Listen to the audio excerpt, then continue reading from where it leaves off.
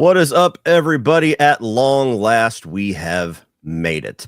As you can see, there's only 4 of us here. So right before we talk about anything else, our good friend Charles, we were just told is in the hospital at the moment. I don't think it's anything serious, just getting something checked up, and that took precedence over this, obviously. So we're going to wish him well. If I had known a little sooner, we would have pushed this and waited for him. But since we were all already here, we're going to press on.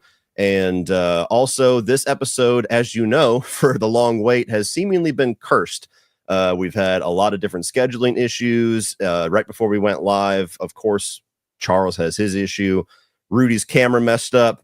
Uncle Sean's microphone went out. So this might be a disaster, but we're going to try our best to go through it.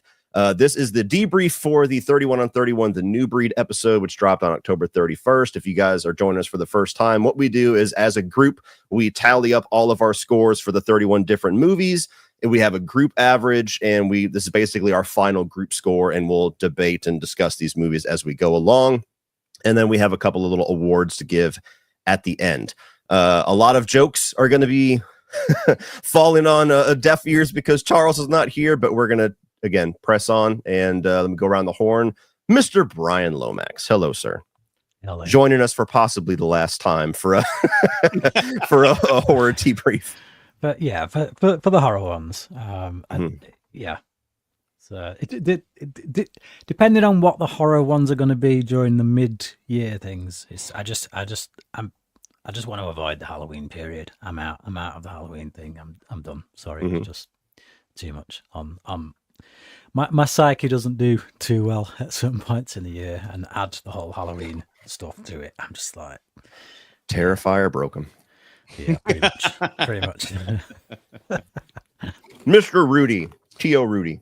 How you doing, Mr. Cody and everybody? Again, my apologies for my tardiness, on the camera. It's actually not as bad as I thought it would be, these little web cameras that come installed. So, apologize if I don't look as handsome and radiant as I normally do to your audience, but here I am and ready to rock, sir. It's probably helping, to be honest. You shut up. I think there's enough sexiness to counterbalance the camera problems. Uncle Sean, speaking of sexiness. Oh, yeah, especially. Uh-oh. Is Sean froze? I thought he was just like deep in thought. I know. See, here we go. Okay. This is probably cursed, man. My internet appears to have cut out. This is the most cursed Down one to 3. Damn you, Art the Clown. The show must go on. Let's keep going. There you go. 31. All right, guys. So this might be a 45-minute episode. I apologize. Look, shit happens, but we're going to press on. The show must go on. So we'll just kick it off with number 31, which kind of felt like this one was destined to be 31 after all of us discussed it, after we saw it. And that is going to be the Blackcoat's daughter. This was Rudy's 31. Me and Charles had it just above that at 30. And then Brian and Sean had it just a little bit higher at 28. Now, Rudy, since you had it the lowest, if you want to kick off your thoughts on the Blackcoat's daughter, was it a first-time watch? I had seen it years ago before, but again, it just wasn't memorable. So seeing it again, I started having like deja vu, like, oh, I remember that. I remember that hallway scene. Honestly, like I said in my review, it was a great Twilight Zone episode, like a good 30-minute, maybe Goosebumps episode. They didn't need to stretch it out for like the hour and a half that it was. I love the concept of somebody losing family and trying to cope and finding something else to, not address that pain. And in her case, it was Satan. But again, it was just such a kind of like a weak story, not to warrant 90 minutes. And the fact that they didn't utilize James Remar to the best of his potential. Thank you. That pissed me off. So again, a great 30-minute story, but it didn't even be 90 minutes. Yeah, I thought there were some interesting things going on with the way that they kind of told the movie out of sequence and how the two main characters end up being connected. I was like, okay, that's kind of cool. Like, yeah, I won't spoil it, but there was something where it was like, I don't know if that completely works, but I like what you're doing here. But yeah, for the basic point it was trying to make, it just felt incredibly slow and drawn out. Brian, anything to add? It was just boring. That's the biggest thing about it, is it was just so boring. I was like Rudy says, it's essentially a half-hour movie stretched into a feature. And because I saw it after Longlegs, as soon wow. as we got to that ending. Oh wow. Yeah, and we got that ending, and I'm like, this is the same bloody ending. I remember This Brian guy messaging is our group. He's like, I think Osgood Perkins is a Satanist. It's like every one of his movies is going to end with someone shouting "Hail Satan." I'm sorry, I'm done with the guy. I don't even like either one of these movies that much, and like the amount of praise Longlegs got was just We'll get there. Uncle Sean, any thoughts to add to Blackcoat's daughter? Is he still frozen? Was this in last? Yes, 31. Yeah. Oh, interesting. Where This did I have is it? up at the graphic. That's what I guess we all did have it first back there. Yeah, not really. It's just dull. Yeah. There's like some ideas that are interesting, but a film that was like, okay, if we can get the ball rolling on this one, that would be great. Yeah, the movies that I saved for last was not a good mix. We basically all of Charles' picks and Blackcoat's daughter. It's totally random. This is my new number one on the list. Last month, I had sat at a table with the lead actress, Kira Shipnack, at an awards show I was at. We got seated. They forgot to seat us at a table, so they put us at the table for the Last Showgirl, which she's in. So we're at a table with her, and we're like, was she in Red One? Wasn't she in that? That's my whole story. So this is my new number one. If you can redo all the math real quick, that'd be great. Yes. But the movie itself, dull. There you go. Moving on to number 30. This one had a wild split. The original Terrifier. What? So Brian told it to go fuck itself. Charles also in agreement here, which why he's not here to defend this, I don't know. I still had it fairly low at 27, and then Rudy and Sean had it pretty high, 17 and 19. So since Charles is not here to take the reins, Brian, if you want to give your brief thoughts on why Terrifier, number 31. Man. That says it all right there. Have you seen the film? Look, it's there's no characters, there's no story. It's a test reel. It's hey, look, I know a couple of you guys, you've met Damien Leone. I've nothing personal against the guy. He's probably a really nice guy. I think He's a real nice guy. What he's shown us with his filmmaking is that he knows how to do a lot with nothing, basically. Mm-hmm. Yeah. And I appreciate that. But that, to me, story is about film. The film is about story and character. And I just feel we get none of that in this film. All it is a test case to show special effects. And as a result, I have to sit there for an hour and a half watching people being brutally tortured. And that's not my bag. I don't disagree with a word that you said. That's always kind of been my issue with Terrifier. Until Terrifier 2, I was not on the Terrifier train whatsoever. That was kind of a movie that came out of nowhere, and it was like you either thought this was the second coming of Christ or you were an idiot. I mean, Brian, I'm sure you remember those times, the good old Facebook group days. And with Terrifier, I've grown to appreciate the original a bit more with the existence of 2 and 3 because I see certain little things that were set up, and I can grasp more out of the first film now. But yeah, I've always kind of called it a proof of concept. It's here's how badass we can make our special effects, our gore effects, and here's Art the Clown. Do you like this? If you do, we want to do more. And obviously people said yes, and now we're 3 films in. Sean, I know you were, I think of all of us, you were the one who were kind of last to watch the first Terrifier. So, and you got to interview I mean, an hour.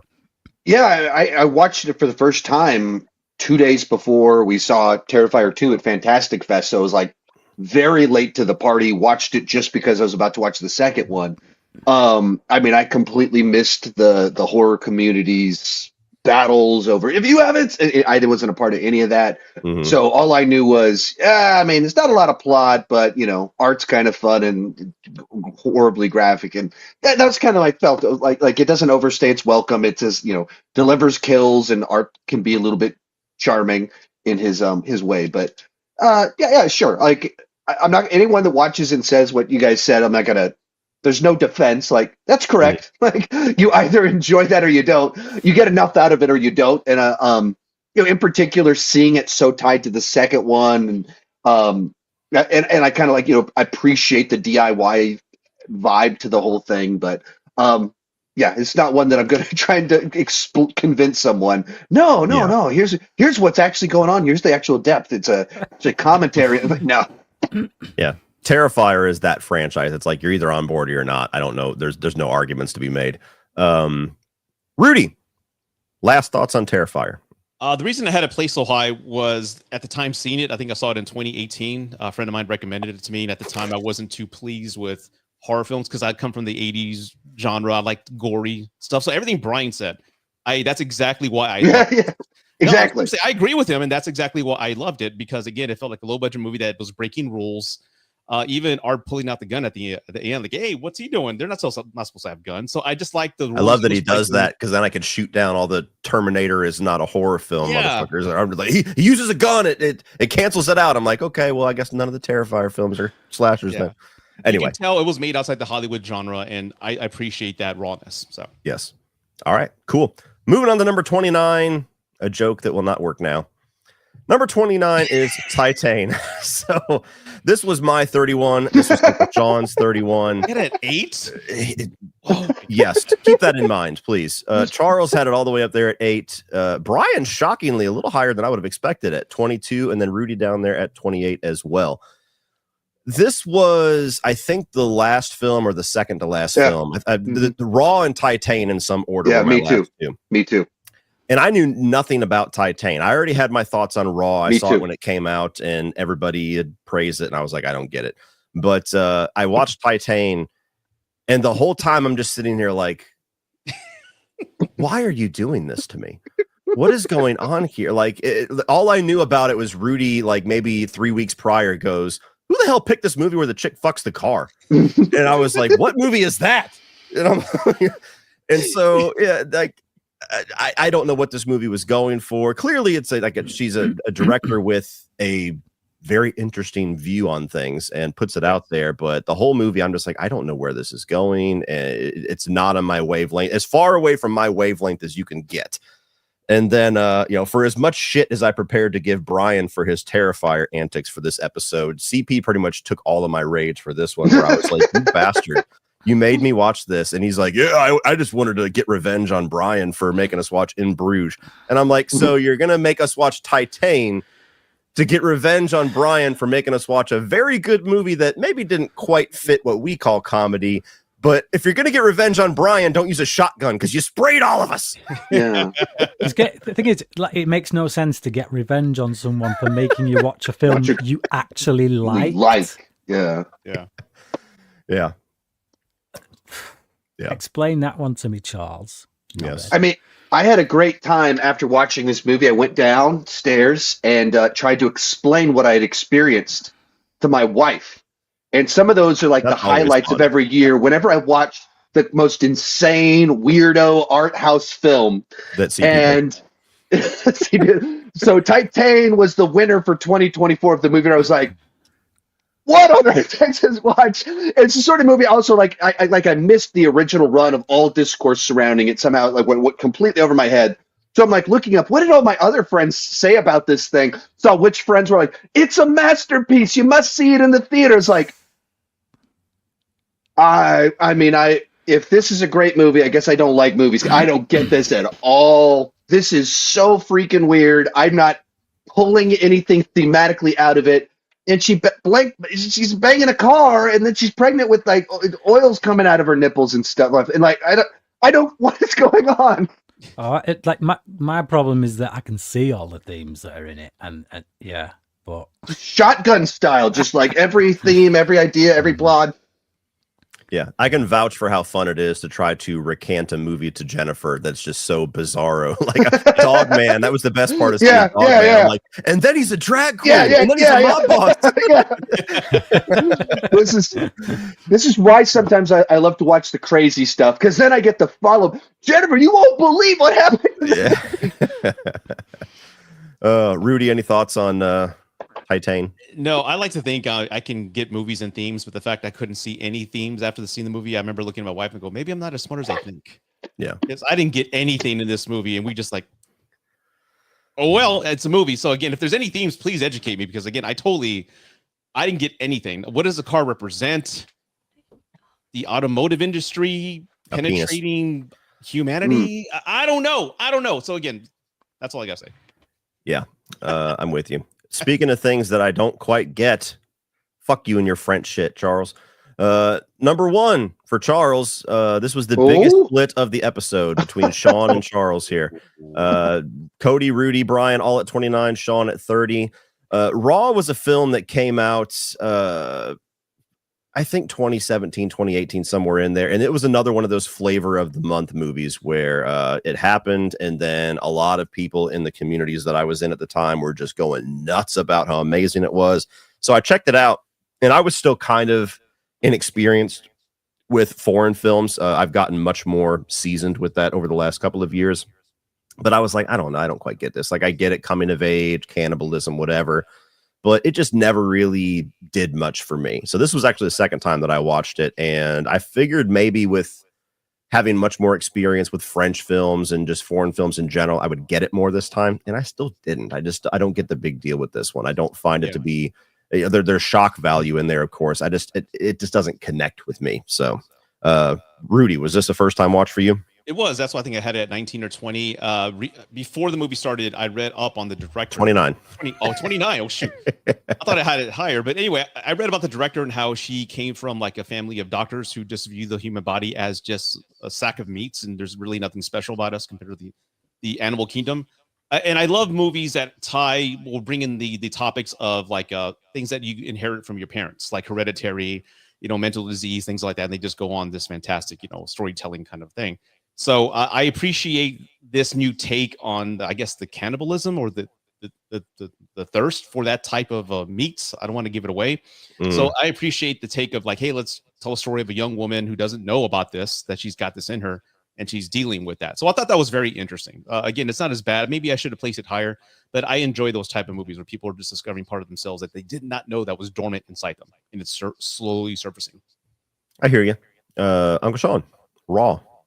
Oh, okay. I was trying to figure out why it was starting to bounce back whenever Brian takes his headphones off. Yep. Yeah, he needs to mute. We need to tell him to mute him next time. But yes, I can actually mute him, I think. Yeah, I got to mute him. Oh, there we go. Nice. Wonderful. Not all heroes wear capes.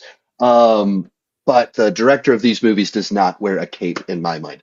Kind of what we all kind of said, or me and you could have said, like, just not our wavelength, not our thing. I don't get it. To what you said, I watched Titane and Raw basically back to back, which is the way this one played out. There were several of the art house distant ones that I did all at the same time. Just a really bad idea. Not a great experience, but these are just not my kind of movies. I'm not really in this flavor of coming of age horror metaphors, whether it's werewolves or anything like that. I'm just never into these types of movies. And then doing a very weird version of it with all sorts of like wake up and the guy's legs beneath, like all this. It's just like, I don't know what to make of this at all, but this is not how I resonate with the human species. Yeah. Brian, Raw, final thoughts. Bollocks. There you go. There we go. Moving on to number 27. First entry by Jordan Peele. We have Us. I had it at 28. Rudy had it at 30. Charles had it at 12. Brian 21. Sean at 26. So a bit of a split on that one as well. And I wish he was here because I don't remember Charles liking this movie at all when it first came out. In fact, I have a very fond memory of the night that Us dropped, where in our friend group, we had all seen Us. We were all bitching about how much it made no sense and all these different things. And then Brian comes in like 3 hours later and he goes, man, I just got out of Us and I really liked it. And me and CP just, what? And then we just laid out all like, what about this? This doesn't make sense. This doesn't make sense about it. And then it was just us, a whole bunch of text, and then Brian's little 3 dots. And then he says, never mind, you're right. Fuck this movie. That's not how I remember it, actually, but what is your memory, Brian? I seem to recall there was another particular person in our group at that time, and he was the one who loved it. And that's possible. I hadn't seen it yet. And all 3 of you were waiting on my opinion. And I got out of it and then dropped a message saying, nah, it's shit. No. I'm pretty sure. I'm gonna have to go find it. I swear to God, because I remember laughing so hard at like we just changed your mind in 2 seconds. But nonetheless, that's my headcanon. Yeah. Us. I mean, I like home invasion stuff. I like Jordan Peele's style. This movie just absolutely loses me with his metaphoric side, just absolutely demolishing the logic of the surface level story. Heavy-handed. Yes, how all this is supposed to work. Like, how did they get all these suits? How does these things just go underneath the entire U.S.? What happens when somebody travels in a car? Like, there's so many questions that you have that it just absolutely crumbles if you don't just accept everything that he's telling you. So Peele has had an issue with this outside of Get Out, where I feel like he overreaches with his metaphors and doesn't worry about how much sense it actually makes. That's kind of my thoughts on Us. Mm-hmm. It's like the metaphor is more important than the logic. Yes. As long as the metaphor is there, then logic be damned. Because I'm intelligent because I can do metaphor. No, because logic still needs to exist in order for that metaphor to hold weight. So, and I think this is also one where this is one of the first movies where I feel like I was in a really frustrating conversation with the internet. Oh, yeah. Because it was like, and I'm sure, Cody, you were all in there on this too, but it's like, hey, all of the home invasion stuff, that was cool. The performances, Lupita, like, I love Winston Duke, and he gets to, like, have some fun here. But as soon as it starts getting this other stuff, it doesn't hold weight. And the internet was like, well, you just didn't get it. Did you understand it was symbolic? Like, I know exactly what they were doing. My point is, it has to have some anchors in reality. It doesn't make any sense. Like, there's no logic to the reality side to it. I know what some of the metaphors I don't even know what they were trying to say because there was too many of them. Yeah. And then Hands Across America. Like, what does this one mean? Like, what do we do now? So it's frustrating because there were so many things that I actually really did enjoy, and then a bunch of like, what are we doing? Some of the kills are very creepy. Some of the scenes look really great. Mm-hmm. I mean, it's shot beautifully. I mean, from a technical standpoint, it's great. But when it comes to the metaphors, I don't want to have to see like a 20-minute like a video essay on YouTube to explain to me that's about consumerism and the American dream. I'm like, oh, I totally missed that. I guess I'm not intellectually on that level. But after they explain it to you and I get it, I still don't like it. So it's okay. It's all right. Yeah. All right. Moving on to number 26, we have Dead Silence. I actually was the most forgiving. Oh, no, Brian right there with me. Hell yeah. Me and Brian at 18, 22 Rudy, 25 Charles, and Sean, not a fan. Dead Silence, very popular pick for worst James Wan film. And I don't even really think that's much of an insult on the movie. It's just a lot of his movies are very well regarded. I've always enjoyed this, though. I like the kind of Goosebumps episode vibe that it has. I like the twist at the end. I get a lot of fun and a lot of like B-movie kicks out of Wahlberg, like shaving in every single scene, like every single scene. But it's a B movie. You're either on board for it, you like it, or you look at it as like the one film that James Wan did that didn't turn into some kind of a franchise. Brian, you also enjoyed it. Yeah, it's nothing special, but it's nothing unwatchable. It's just an it's a Friday night movie. Yes. You go with a few friends, it sends a few chills, makes a few jumps, there's a few characters in it that are quite fun, but you're not going to remember it next week. Yeah. And that's fine. It's like, as I'm watching it, I'm enjoying it. Once it's done, I can move on to whatever's next. But it doesn't offend me in the way that something like Titane does. It doesn't bore me to death in the way that the Blackcoat's daughter does. You know, it's just an inoffensive popcorn horror film. There you go. Mm-hmm. Uncle Sean, you had it the lowest, I believe. Yeah, I just don't connect with anything here. And kind of to what you said of James Wan, Lee Winnell, they have a really good track record with me of making movies that there's some hook that I latch on to, or the characters, the traps, whatever it is. And then you kind of have this one that it's like, this like ventriloquist, I just don't care. I'm not drawn to that. Like I've only ever watched this movie because I'm doing rankings of something, James Wan rankings or whatever. There's 31 on 31. I wouldn't be drawn to watch that in and of itself. And then I just think it's just kind of clunky. The lead guy is completely overshadowed by Wahlberg and like completely forgettable lead character. And then the twist when it's like, let's do the crescendo with the Saw music and everything. Like the big reveal is like, I don't think I buy this. This is not a Saw level. Ta-da! Yeah, Like I get what you're doing, but this strains too much credibility. I hear you, Rudy.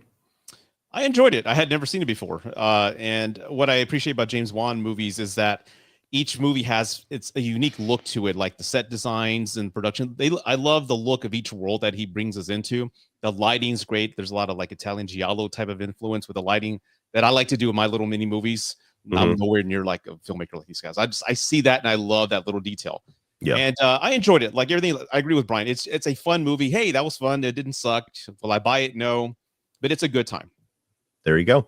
Yep. Moving on to 25, we got one that I've been on a bit of an island with this year, and that's Never Let Go, the new Halle Berry, Alexander Aja film. Again, me and Brian linking up on this one with 16, Rudy at 25, Sean at 24, and Charles way down there at 29. So Uncle Sean and I were lucky enough to see this way before the public. Yeah, there's a reason you're on an island with this one. You have like as biased of a reason to be like, I've got a very positive memory about this film. Yeah, I'm on the same island. I gave him this. I put it in the exact same position, so I'm on the island. There you go. Me and Brian. So me and Sean saw this premiere at Fantastic Fest hours after the public watched it. But I got a chance to interview Halle Berry briefly. Uncle Sean interviewed Alexander Aja very briefly. Everything. Of course, I'm a whore.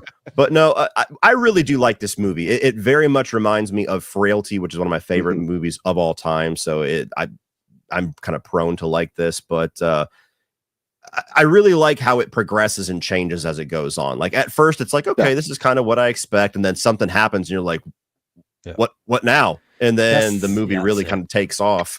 And I like how it really doesn't commit to any answer. It kind of lets you take away your own interpretation. And it was a lot of fun at Fantastic Fest, walking out and talking with 5, 6, 7 different people, and everybody took something different away from it. Like this person looked at it as a commentary on parenting. This person looked at it as a commentary on COVID procedures. This person looked at it as a commentary on absent fathers in the Black community, and this and it was just like, whoa! And we all saw the same movie, and I really enjoyed that because every single thing that I heard, I'm like, I could see that you're putting it together. It works. So, not outstanding, not Alexander Aja's best film, but I had a really good time with it. Brian, yeah, that's just it for me. I was like, I went to see it because I do like what Aja has done previously that I've seen of his, and then this kind of came on the radar. I was like, oh, let's add this to the mix.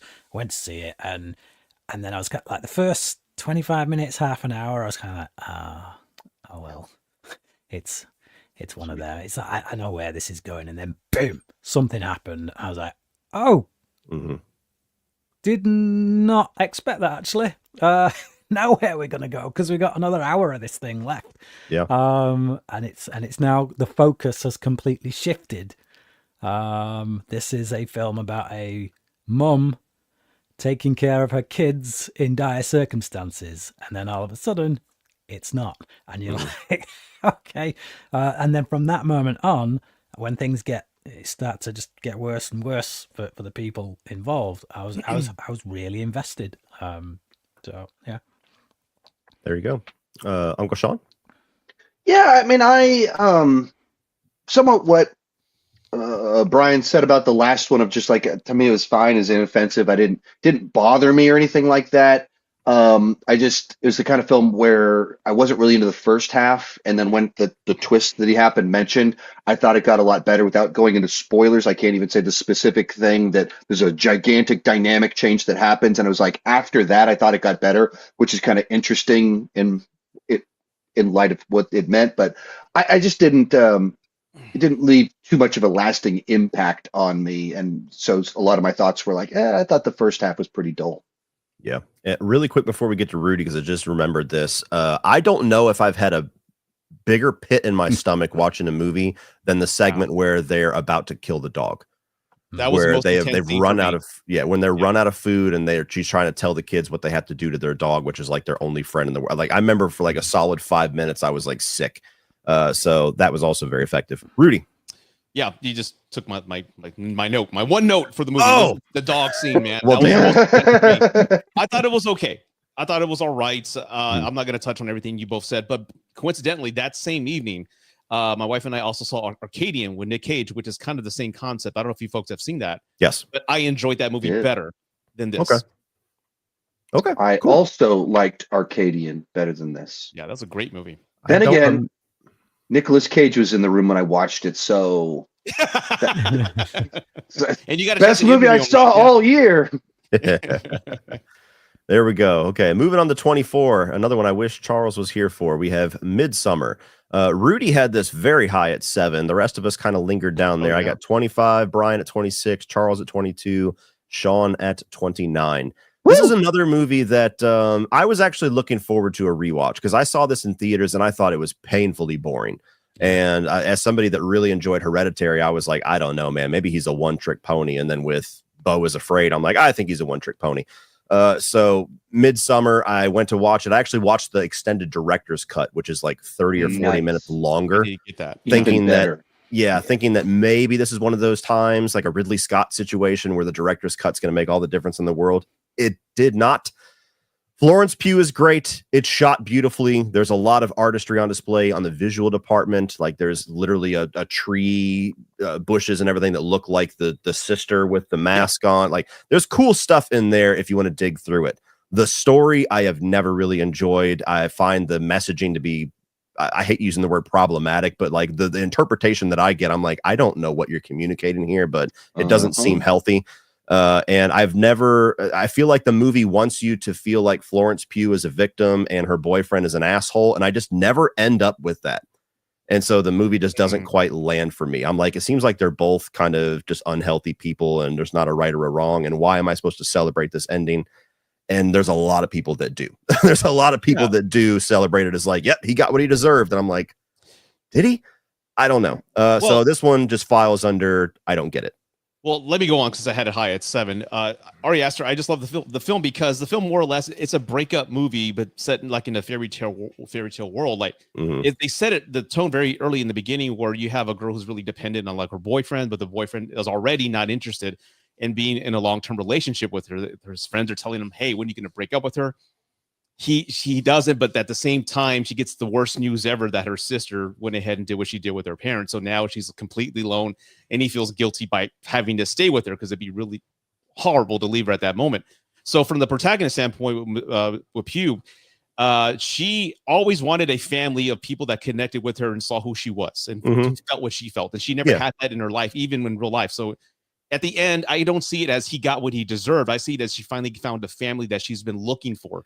And that part of it connects for me. That's just not the common thing that I see with this movie. That wasn't the arguments I was having when it debuted. It's not the things that I see in defense of it now. It's a really weird movie that's turned into like this almost like anthem for, chicks in bad relationships. And I'm like, this is just a weird read on this film. And it maybe I'm wrong in my circles that I have rolled in. It seems like that's the most popular, most common way to take this. And every time I watch it, I'm like, no.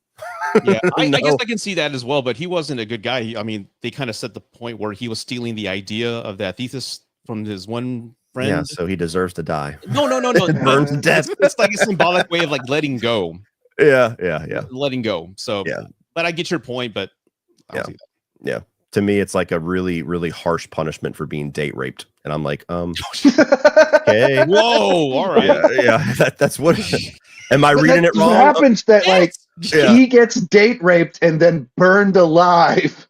Yeah. And it's doesn't play it as if like this is jacked what's happened to him. It doesn't play it that way. It plays it like this very weird way that makes the ending very strange. That it's tough. Like, what exactly are you implying with the way this played out of what she sees, the way she reacts in light of what he's doing, but he's doing it because they drugged him. A very weird ending, but I don't know. Yeah, just like another movie to me that felt like a dull, kind of like in the Us category of thematic exploration seemed to trump a compelling story. Yeah. And I didn't connect with the themes and didn't quite know what they were going for. So it was just like a dull movie with great performances and some cool visuals, or cool photography. But yeah, Amazing nothing set there for design me. too. I love the details, like in the walls that they're in, that little sleep area they're in, all the drawings, and more or less the story is told through visuals. I mean, the camera kind of stays still on like storyboard. So I just like that type of storytelling and this type of unique look at relationships. He didn't deserve what he got, but again, that was the path for her to find what she wanted. I hear you, Brian. Bollocks. That's what I was waiting for. It's just dull, and a 2.5 hour, 3 in some cases, hour horror movie shot in daylight. It's not scary. I'm not scared at all. The most impactful scene of the entire film is the opening when she's and like as soon as that scene's done, we just go nowhere and we just plod through this wacky community that I'm just not scared by any of it. I don't feel tense with any. When you know everything that's happening. Yeah. There's no like intrigue. You're like, okay, I know exactly what's happening to everyone when it's. They show you the tapestries 5-10 minutes before it even happens. Ta-da! I Here's also what's say coming. I do love the fact that they're isolated and away from modern civilization, and I love how the in kills, broad daylight. I love how the kills are off camera, and you hear screams in the background that are faint. And I just love that my imagination can paint a picture of what's going on. Like the less you show, the better off I am, and the more happier I am as a moviegoer. But that's just me. But I just like how those unique details are placed in it. Yeah. There's no tension. There's no intrigue. I don't care when I'm watching it. Like when you, so much of Hereditary, it's like it's dark. It's like you're searching the corners of the screen because your eyes are trying to. You literally don't know if there's something there, and then you've got these wide shots where it's like, is something in that corner, and then suddenly something moves, and you're like, whoa. Whereas like Midsommar, everything's overexposed. It's all broad daylight. I'm just like, I don't know what I'm supposed to be scared of. It's I don't feel anything when I'm watching it. I'm just bored. So a lot of comments saying that the movie shouldn't be held accountable for people misinterpreting it. That's not what any of us are saying. That's certainly not what I was saying. I gave all the reasons why I don't enjoy it. I'm just adding that onto it. That's much more of a reason why I just don't connect with this movie the way that other people seem to. But I think even the fact that like. I do think Sean, go ahead. Let Sean go. Then you go, sure. But I feel like both me and you, Cody, kind of took away from the movie. Like, what are they implying here? Are they saying this? Yes. And like, I don't think it's really saying that. It has to be something different than that. Like we thought that because it kind of plays that way. People took with that and celebrated it, and then people were like, "What? You guys thought it was saying that?" It's like, well. If a lot of people watch a movie and it sends you off in the wrong direction, you've not done the job well. Yeah, the movie's not done its job. You've not communicated the thing that you're trying to communicate well enough, and you can't throw the whole we're trying to be ambiguous and leave it open. Did y'all just praise that for Halle Berry's movie just like 2 seconds ago? So I didn't. So I'm consistent here. I don't mind ambiguity. It just the end of the movie is just puzzling with what it implies. Like the thing that I take away from it easiest is like, really? Is that what we're saying? Right? Like, it just doesn't feel like ambiguity to me. Like Never Let Go feels like ambiguity. With Midsommar, it just feels like, oh, we made a point, and if some people don't agree with it or don't like it, then they'll draw some other meaning that actually isn't there because they need to make it fit. I would, like I say, I was just bored, and it wasn't scary, and it was flipping an hour longer than it needed to be. So there you go. All right, moving on to 23, we have Infinity Pool, and I like this one a lot more than most people. I had it at 14. We had 3 of us there at 23. And Uncle Sean at 25. So this is either the second or third film by Brandon Cronenberg. And we got another one we're talking about here very shortly. But Infinity Pool, I just really liked the commentary that it was going for, which is rare for me to fixate on that with a movie. It's definitely weird. It's bizarro. There's some wacky, wild performances. I think that Mia Goth kind of turned into a meme for a while there with like the, members of the bus, that whole scene. But I like what the movie was talking about as far as the accountability of the rich. and the way that they visualize that with this really crazy concept of you can pay to have somebody else, undergo the consequences for your crimes. And if that is the case, let's just go party and do whatever we want. And asking the question of, is it the laws of society that makes us civilized people, or is there an inherent good there? And if there wasn't laws, would we all just be going off doing whatever we want? So I enjoyed that side of it, but I totally get why it's a movie that's not for everybody. So we'll go the opposite way now. We'll start with Sean. Yeah, so I went into this one and watched it for the first time for this ranking, and I didn't know what it was at all. Like, I didn't know the premise at all going into it. So in certain regards, that probably helped of just like everything was really shocking. Like, oh, is that what's going on in this movie? And then kind of exploring all of it. But it's just not like a movie that's what I'm particularly drawn towards, and a film that, we're talking about horror movies, so they're supposed to be horrifying, but this is just kind of more like dwelling on just the worst of mankind. Yeah. And most depraved tendencies in a way that intentionally like leaning into an ick factor of on bodily fluids and just stuff that was like just not my thing, really. You bring that up, and that's the one thing that I would be really critical of Brandon Cronenberg of so far with his 2 films that I've seen, is like you don't have to go that hard for shock value. Like, you have cool concepts, you have a visual eye. Like, I know what you're doing here. You don't have to show me bodily fluids hitting the ground for me to connect what's happening with a hand and Speak for yourself, pal. There you go. Rudy, Infinity Pool. Well, to be fair, I saw it at the theaters and I gave it a good review on my channel, but I didn't see it again. And I think seeing it again would have helped me. Maybe we'll put it at a better placement, but I enjoyed it. I mean, all the themes that you touched on, Cody, I'm not going to repeat, but that's exactly what I took away from. There's no consequences for a certain tier of individual. And to explore that in this type of world was pretty. I mean, the visuals are great. I love the chances he takes, and I've always been an advocate that they don't really make true rated R movies like they did in the 70s and 80s that are graphic. And I love the fact that he's kind of going and pushing those boundaries. Yep. I love that. But does it add to the story? Maybe, maybe not. But for me, I appreciate it, and that's why I placed it where I placed it. There you go, Brian. Yeah, I found it to be a very highly interesting film. Like, from a faith perspective, I got a lot out of it. I me, I don't like the body horror stuff. That really put me off. That kind of made a 4-star film into a 3-star film. Like, if it wasn't for all that body horror, this would be a 4-star film for me. But thematically, I think it's a really great film. It's got a lot going on. Like, for me, I think everything you saw in it, Cody, is definitely there.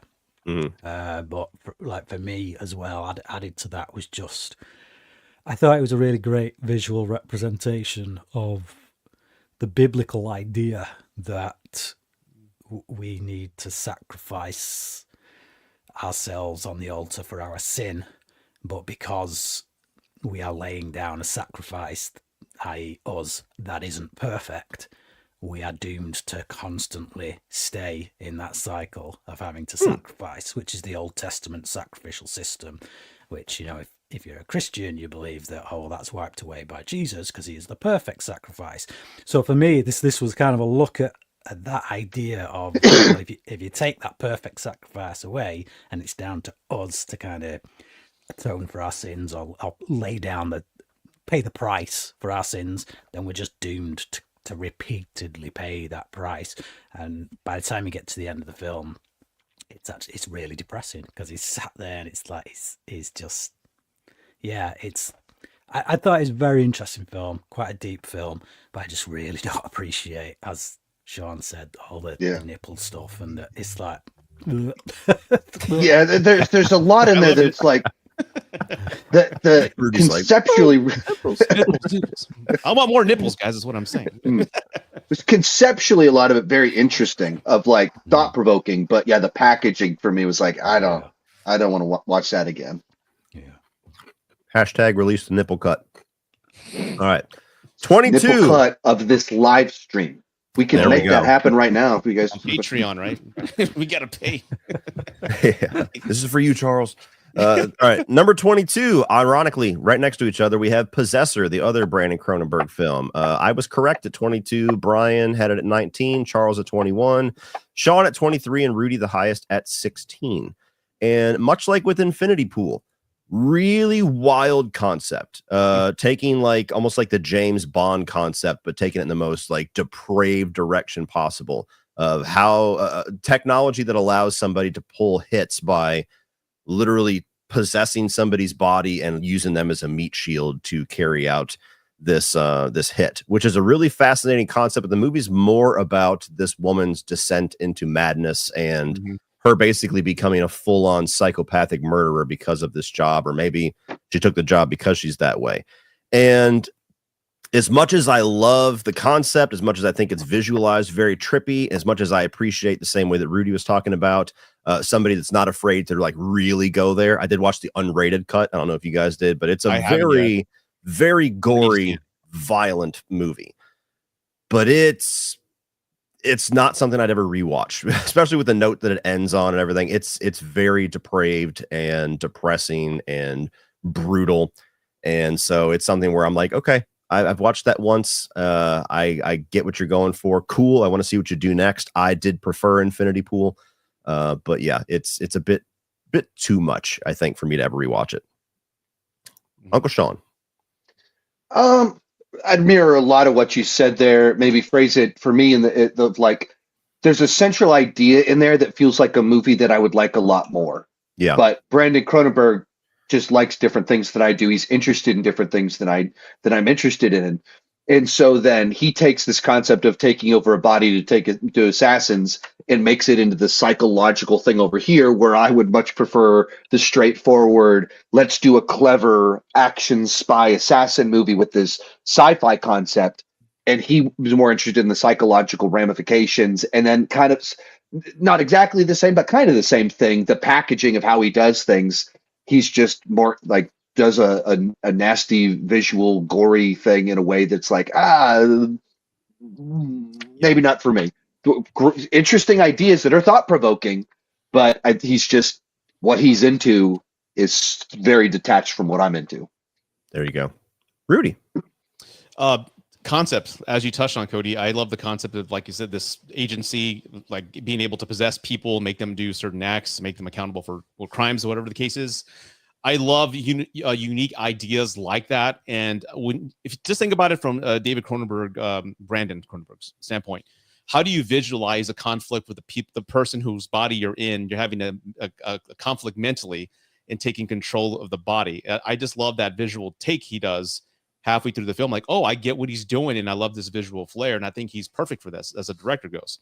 But I love have the IMDb up. Andrea Riseborough, I believe her name is. She was in Mandy, and Mandy's one of my favorite movies of all time, and she's in this one. She's the lead, and I just love how she performs. She brings like just a rawness to it. But also, I love the fact that her character has lost all her humanity. Being in so many of these missions, she's actually practicing how to talk to her husband before she goes into the house. Yeah, those unique touches I love from her performance. And again, I can't wait to see what else Cronenberg delivers, because again, whether you like his movies that we've touched on or not, you got to appreciate the fact that he's going out there, not giving us the norm and the Blumhouse BS. He's giving us unique stories with ideas we probably haven't even thought of yet. So I love the originality that he's going for. Yeah, I agree. Brian. Yeah, again, like a lot of interesting themes in it. I love the concept anyway, because I am a sci-fi nut, and this is very much a science fiction film. You know, a lot of stuff in there about free will, but I think it's mostly about love and guilt and how the two inform each other. Like if you can get rid of guilt, that feeling of guilt, then it actually it inhibits your ability to love, which is ultimately what the film is about. It's like how our ability to love almost is, I wouldn't say subservient, but it hinders in a way, in many ways, on our feelings of guilt, or being able to recognize guilt and whatnot. It just, yeah, because that's essentially what happens to this character is like, you strip away that sense of guilt from her, or the ability to feel guilt from her over the course of the movie, and by the end of it, she just loses all love for the people that, you know, once actually meant something to her. And yeah, it again, as with Infinity Pool, he's clearly showing that he's got ideas ticking in his head. He's exploring stuff, which is more than can be said for a heck of a lot of other filmmakers out there. I just really hate the body horror stuff. I don't like the whole stuff with Sean Bean getting stabbed in the face. Like, do we really need to see it that up close and personal? I personally don't think we do. I think the film has enough going for it without the need to see that. But I hear you. Yeah, it goes for it for sure. Even more so in the cut that I watched. Number 21, back to Jordan Peele with Nope. I had it at 20. Rudy was correct at 21. Brian and Charles agreed at 17, and then Sean had it at 22. And for me, the way that I explain this movie, it's like halfway between what I would call the brilliance of Get Out and the mess that I have with Us, where it's better. It doesn't have near the amount of issues that I have with Us, but still kind of along that same lines, where you have this metaphor that he's going for with the spotlight and fame and everything else that this alien represents. And then you have the surface level storyline of just this alien invasion. And to me, he still kind of lets the metaphor go without complete logic. Like it only attacks you if you look up at it. I'm like, well, how can it tell what way your head is turned when it's way the fuck up there? And the whole thing about damn, I'm blanking on his name now. I'm sure Rudy knows it. The guy from The Crow, the cameraman, Michael Wincott. I kept trying to say Michael Bean. I'm like, no, we were just talking about that. Michael Wincott, where he wants to get consumed, and like, I don't know. It's one of those again where I'm like, okay, Peele, you have great ideas. You're visually, the movie's incredible. The night to day filter is done really well here. And I like the creativity of what the saucer ends up being, but I still struggle with, like, it feels like the metaphor is the point. And as long as I get that, everything else, I don't need to make it make complete sense. So, Brian. Yeah, pretty much. Let's do just what you said. I get increasingly frustrated with Jordan Peele. And I don't think I would be as frustrated as I am with him if people didn't blow so much smoke up his ass. Yeah. I remember he had Get Out, and they were like, are we ready to admit he's the next Carpenter? I'm like, he's had one fucking movie. Yeah. It's like, man alive. Yeah. It's that mentality, really. It's just, I don't want to be told that you've got to see this guy as a genius. And it's like, well, okay, if he does genius things, then I will. But you're talking like this dude is Kubrick.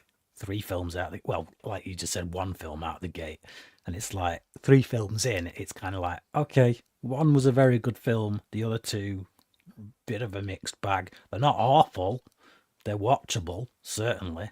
I'm entertained by them, but can we stop trying to pretend like he's Kubrick level or Spielberg level? Or it's just, and it seems like his attempt to try and be that is the problem. That he had like one thing that went really well with Get Out that was very natural and organic, and then the next 2 feels like he has to have these metaphors. It has to have deep thematic resonance, and that's the thing that kind of pulls them down rather than elevate them, because they're so convoluted and this one more heavy-handed, and it's like, okay, you are going. Like, it's a metaphor, but it's like you're getting very literal with it. They're getting chewed up and spit out by the machine. Like, I thought this was maybe more entertaining though, just because it had more humor to it. So there's some of that stuff that kind of I thought it worked better than Us, but I think it's in that same ballpark of I hope he goes whatever the next one he's doing, that he pauses and learns from maybe some of the feedback on these 2. But they got kind of great reviews, so I don't even know that would happen. Yeah, I see a lot of similarities with Peele's path and the way that M. Night Shyamalan went, where it's almost like he buys into his hype, and the thing that he did brilliantly that he got praised for now becomes a shtick. And it's like, I have to have a twist. And then all of a sudden you have how many M. Night Shyamalan movies felt like we didn't need a twist and your twist is what ruined it. And so I same thing as Sean said. I hope by the time we get this next one, which I think is due to come out this year, it's not going to be 3 for 3 of like, okay, another metaphor movie. Rudy. I just want to add the reason I had the movie play so high is because Michael Wincott is in it. So anything he is in That's or fair. does, he makes it better. His Yes. voice alone, I will listen to an audible book with him narrating it for 3 hours. I don't care what it was about. And also Keith David.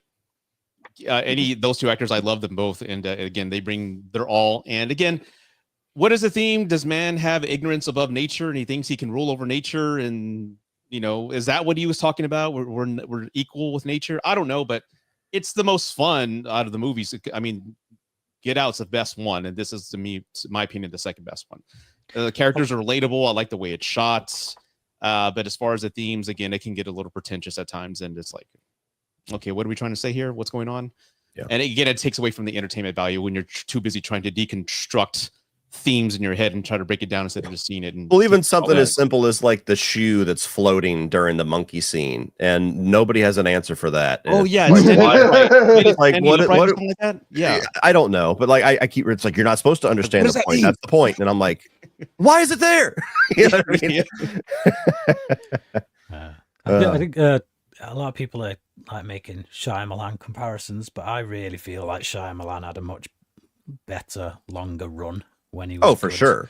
sure. Like he had a run there of at least 4 films where he was just banging out movies that even if you weren't fully on board with them, were like, no, because I still think The Village is a fantastic film. I love it. That's one of my favorites. Yep. So, Sixth Sense, Unbreakable, Signs, and The Village. That to me That's was it. a great 4-run film. What's the grandparents movie where the kids are staying with the grandparents? Visit. The Yeah, I like Visit. that But one. that- That was a fun one. yeah. Yeah. Then he had a minor That's the comeback, revival. Split. I thought Split was great as well. So yeah, Sign. but when you've done one film and two, well, one good film, one okay film, and one that's like, not really, then to be acting like he's, no thanks. I agree. Coming at number 20, we have Ouija Origin of Evil. Mike Flanagan makes his entrance. I had it at 26. Brian and Rudy much higher there at 9, and then Charles at 27, Sean at 21. Now, Woohoo! this is a prequel to the movie Ouija that came out that got lambasted. This was like a January, February horror film. And it's actually one of those situations where the prequel makes the original a little bit better, because the prequel is put all the pieces in place for the mystery that we have in the original. It's a I good don't know. film for a start. It's like- Yeah. So, I mean, Origin of Evil, I like. Honestly, I can't really think of much of an issue that I have with it. It's one of those films that just kind of leaves my mind, and maybe that's just enough there that I like it. Mike Flanagan really does no wrong, so even his worst film is like, hey, that was good. It just doesn't stick with me at all. So that's why I have it where I have it. Brian. Yeah, I really like Flanagan as a director. I think he's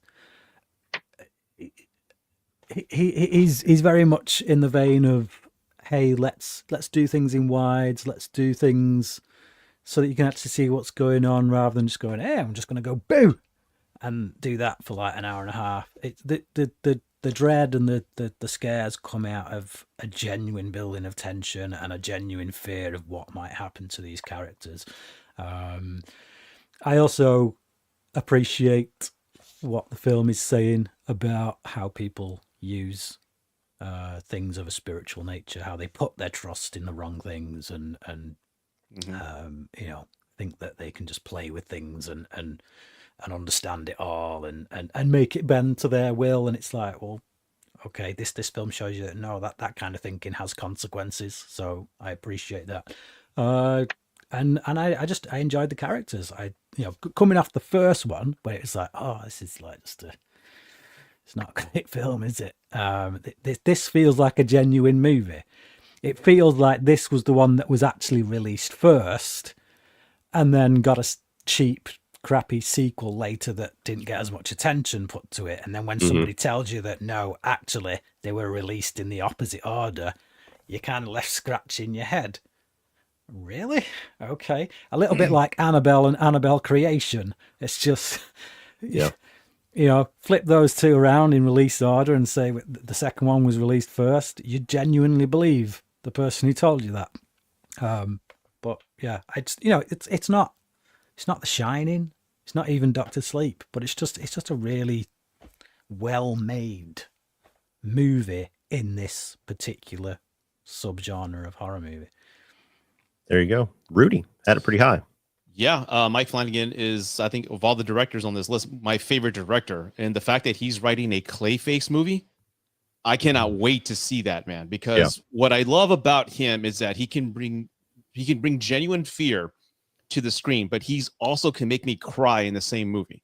He brings out the humanity in his characters. I think, unlike any other director out there, he's one of the best. I'm sure there's others, but I feel the pain that the people are going through in this movie. You had a mother, they're hustling. And you know why she's doing it. It's not the right thing to do, but you know the motivations behind that.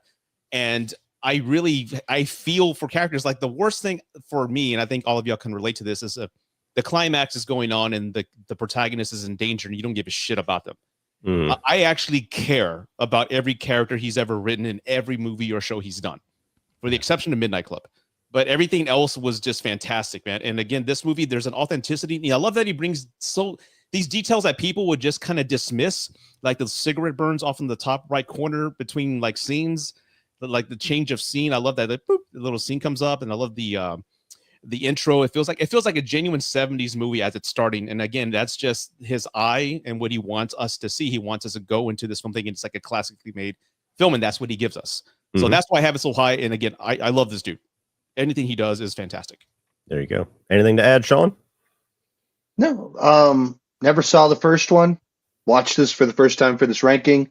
Mike Flanagan knows what he's doing. So even when doing a sequel to Ouija, he can make the characters pop and interesting and add some wit into it. There you go. All right. This one's going to be interesting. Number 19, we have MaXXXine. So big split here. I had it at 9.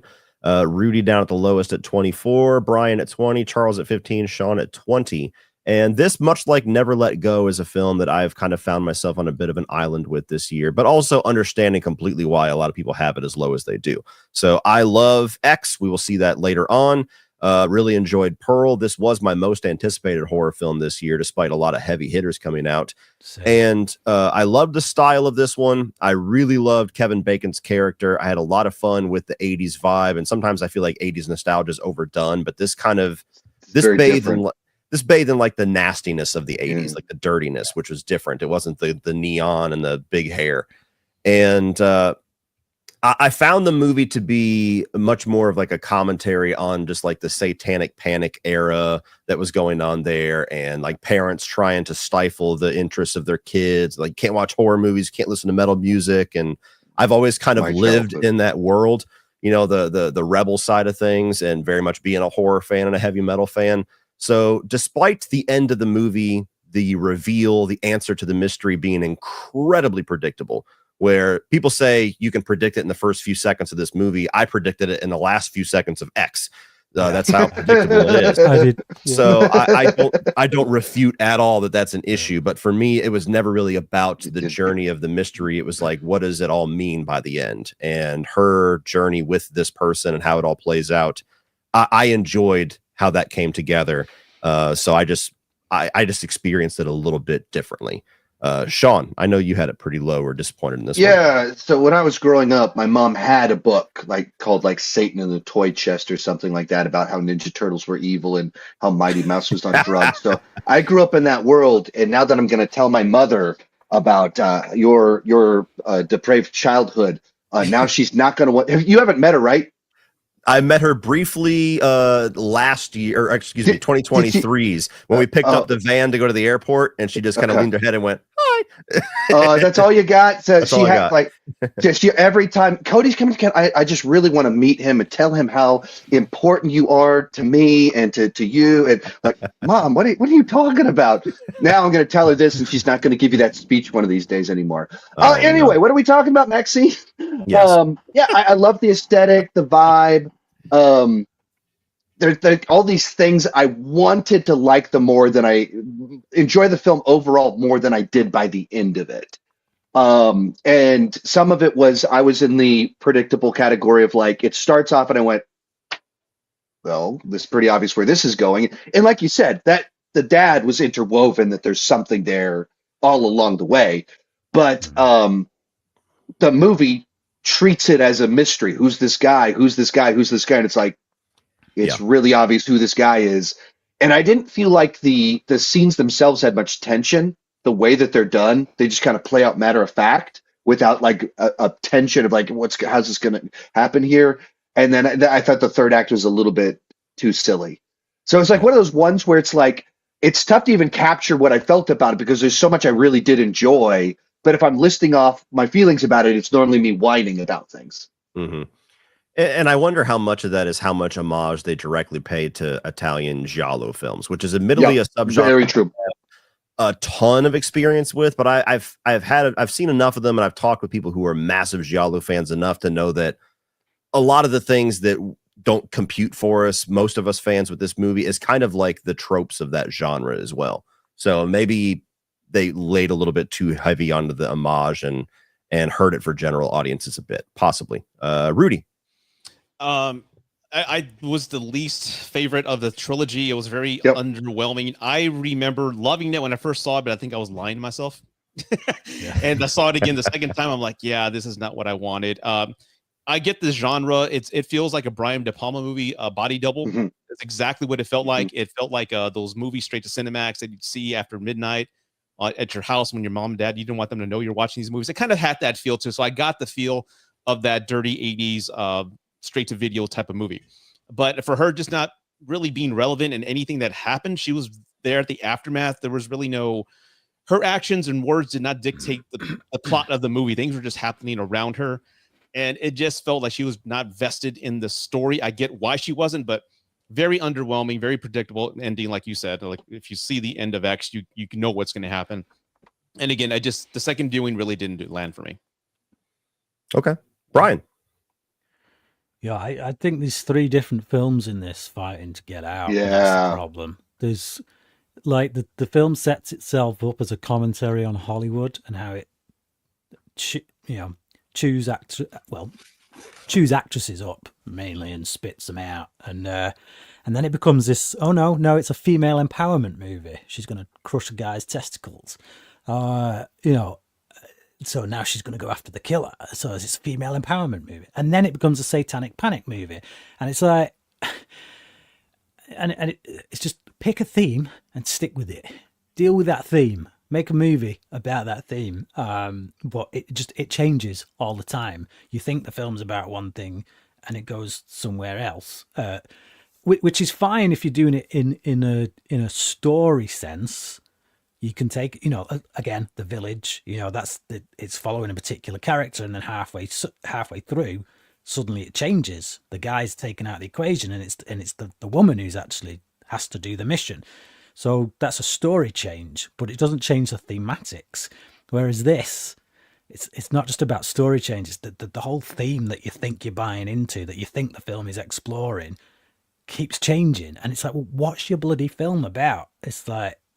And because you're essentially trying to be about all of these things, they end up getting short shrift. So you don't explore them in any true meaningful way. So you're just left with this film that looks pretty, is entertaining to some degree, particularly like Kevin Bacon. But ultimately, just like, when I go back to Pearl, they had a very specific single theme that was at the heart of the whole film that ran through the center of it. Same with X. And then here, it's just like, whatever we've got left, we're just going to spray on the screen. It's like, all right, fine. It's entertaining, but it's a big disappointment because of how good the first 2 were.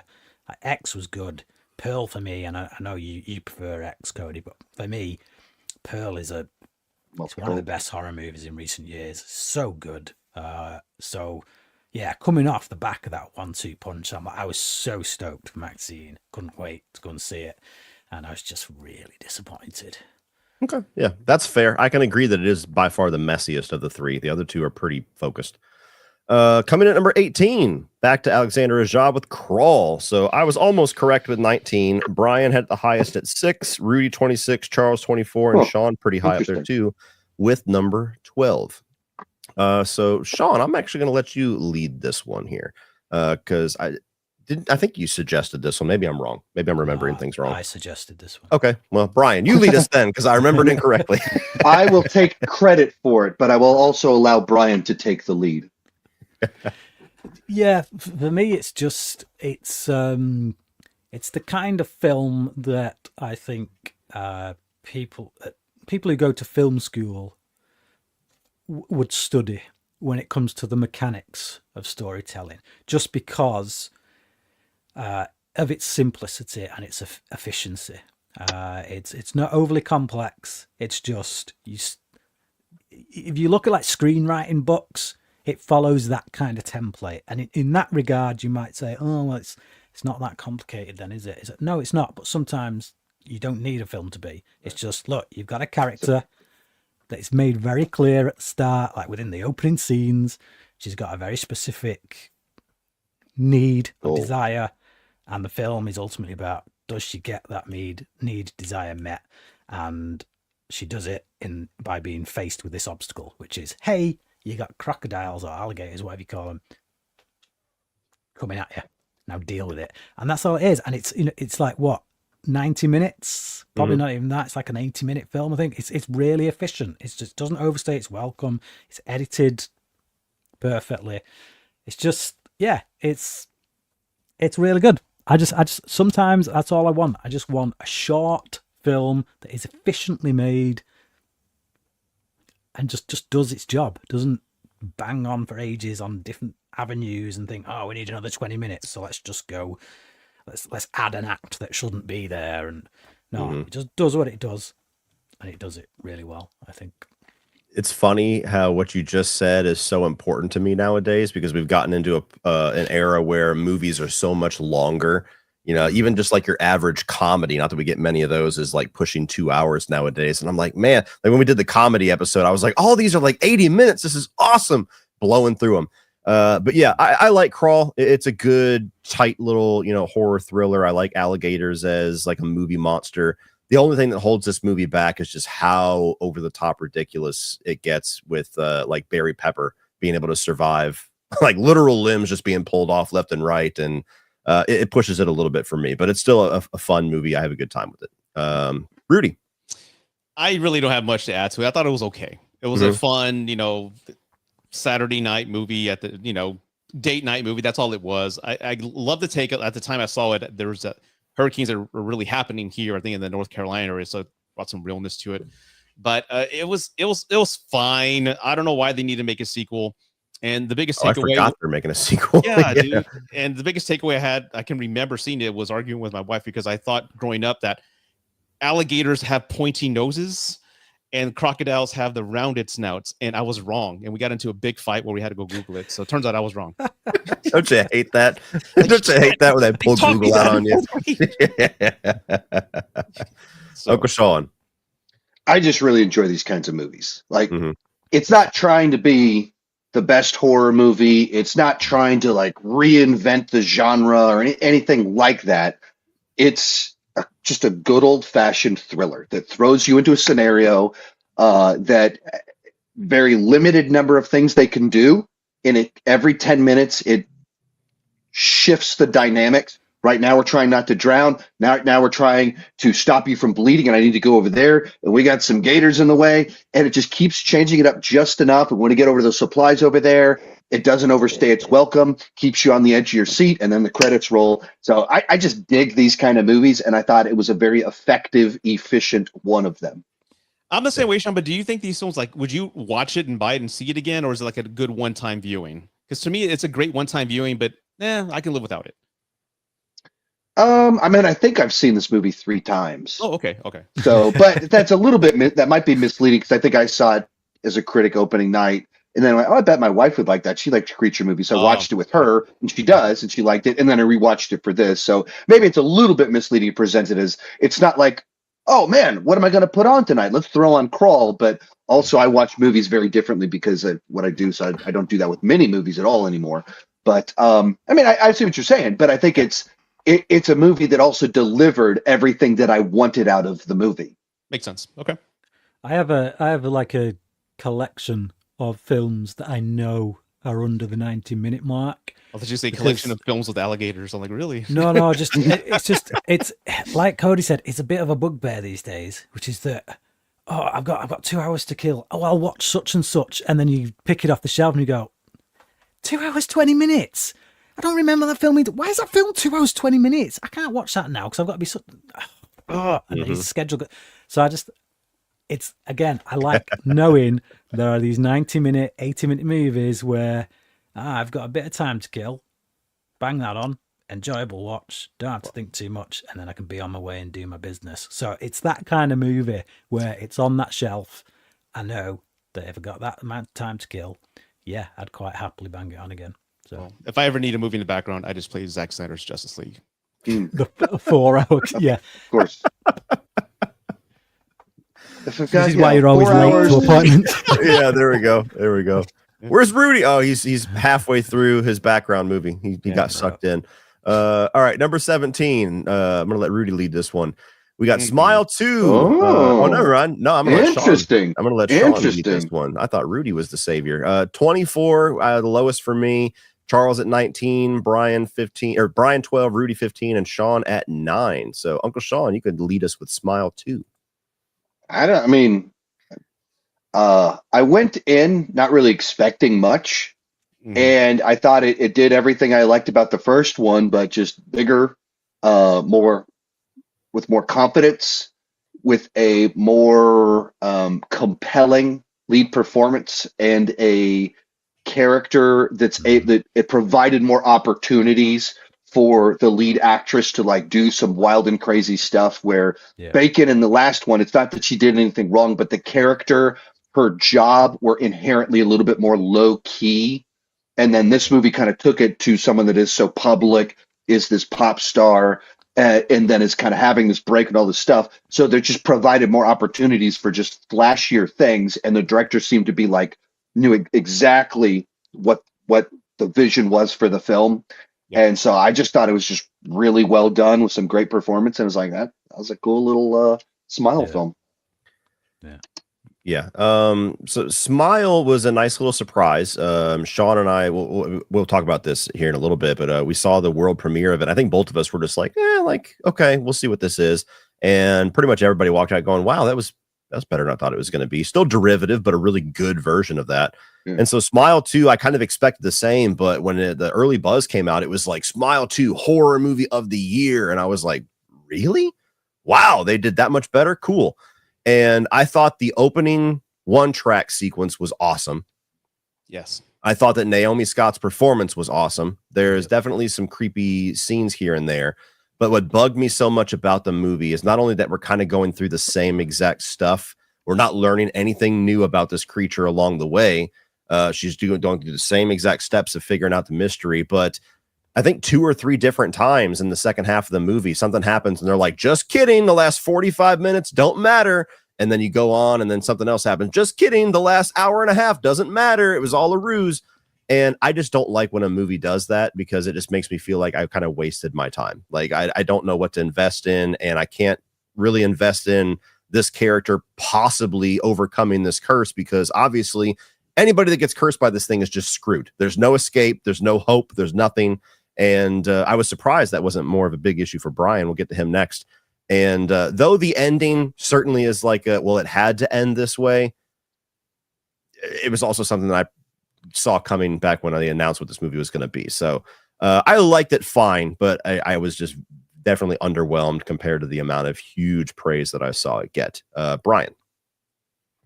Yeah, like, as you know, that is a big bugbear for me, and it was a bugbear for me in this film, is the negative ending. It's like, but I'd already settled in my mind that was how the film was going to end. I was pretty certain at how this film was going to end, even like when I went in, because I had the whole Ring tape kind of thing going on. It's that similar kind of a virus type.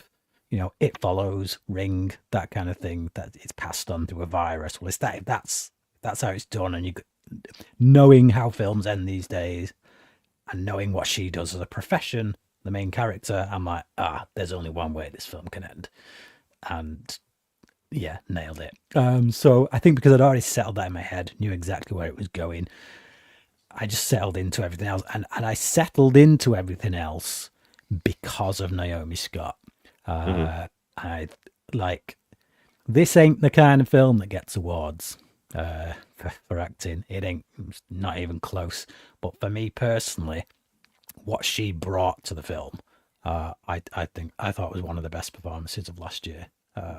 Just that sense of like paranoia, constant paranoia, and it's that's why partially your argument about none of that matters doesn't really land with me, because actually it does matter to her central, to her thoughts, and it's not like she wakes up and go, oh phew, and that's it, it's over. No, she's been brought to the edge so much with paranoia, and now she can't trust what she sees, this, that, and the other. So it is doing its job in that respect, in terms of what it's doing to her as a character. But I just thought it was an interesting look as well at, the fame game and the people around those who are famous, and what you're buying into when you decide to pursue that lifestyle. And it kind of does for fame what Trainspotting did for drugs. If you still want to be famous, if you still want to be a famous singer, when you've seen Smile too, then more fool you is all I'll say. If you still want to do drugs after you've seen Trainspotting, then more fool you. I wasn't supposed to take up heroin after watching Trainspotting. That could explain so many bad choices in my life. Yeah. So yeah, I was invested. I was invested with the character, and I came into this film not expecting anything, because I didn't like the first one. I just thought it was a low rent It Follows knockoff that stole everything, including the tall man. It's just like, this is literally It Follows, but like no way near as good.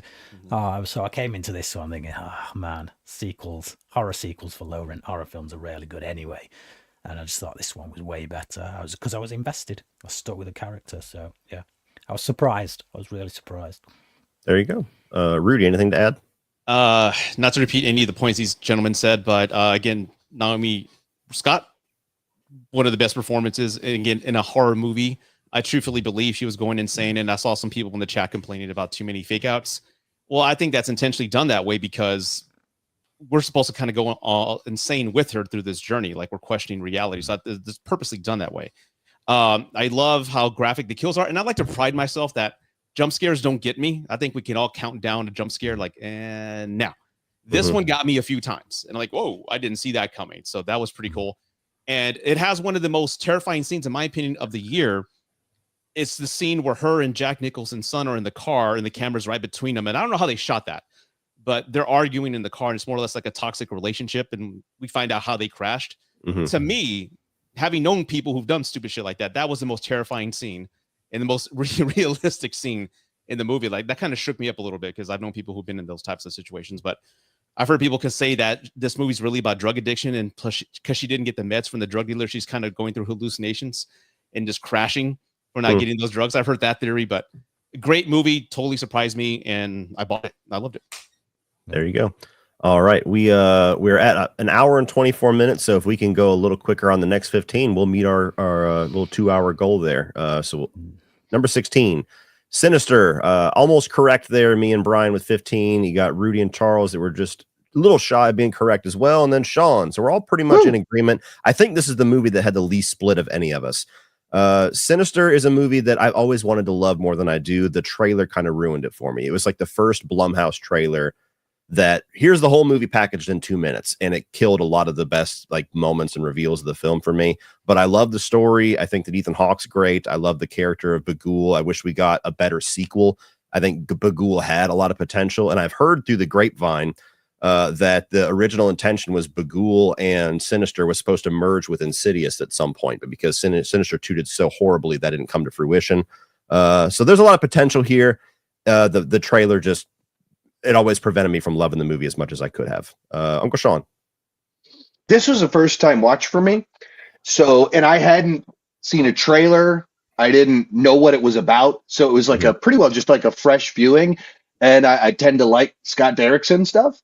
So just kind of taking something that's a little bit familiar and flipping it on its head a little bit, just a different enough spin to it. I guess I had heard the buzz from people, and I guess this is the movie where I guess what they say where they did the scientific test where they like measured people's heart rates. They've and done this that is a like few this, years in a row. yeah, and this is always measured as like the scariest movie of all time based off how much it raises people's heart rates. I don't know what you're talking about there, but it is an interesting little spin on a familiar genre. So I mean, I just dug it. Yeah. As a first time watch without knowing anything besides, this is the scariest movie of all time, scientifically speaking. Besides that, I didn't know anything. And I'm not scared by movies, so that sort of buzz doesn't do anything for me. It does the opposite for me. Whenever I hear that, I'm like, oh, it must not be scary at all. Rudy, Sinister. It was okay. That's all I have. Brian.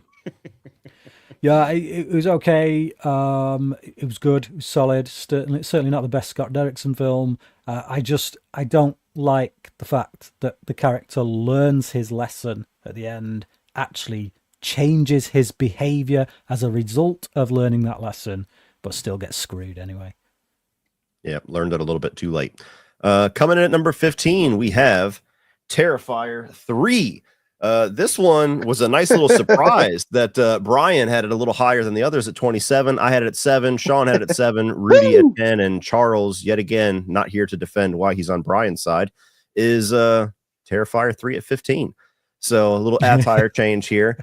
Terrifier 2, we haven't got there yet, but was a big surprise for me. And so I was really anticipating what they were going to do with Terrifier 3. And I was a little nervous because all I had known walking into it is that Damien had said they're trying to go a little bit more back to the first film. And I was like, ooh, in what way? And so I think this movie has the perfect compromise where he kind of recaptures some of the grit of the first film. He trims down the runtime back to what most people would say is more of an appropriate slasher length, but he has all the excess, all the zaniness, all the crazy lore and everything of the second one. And I really like the Christmas setting. I like the fact that it was like a vintage Christmas too. It doesn't feel like Christmas 2024. It feels almost like the 80s and the 90s. And for somebody that my one emotional trigger that can destroy a movie for me is young kids and something bad happening to them, especially something graphic and shown. For some reason, the ridiculous tone of this movie allowed me to just not even be bothered by that at all and like almost uncomfortably laugh at a few of those scenes. And so I really dug this one. I had a really good time with it, and I look forward to seeing what they're going to do next. Brian, I'm very curious. So you had the other two, I think, at 31 and 30.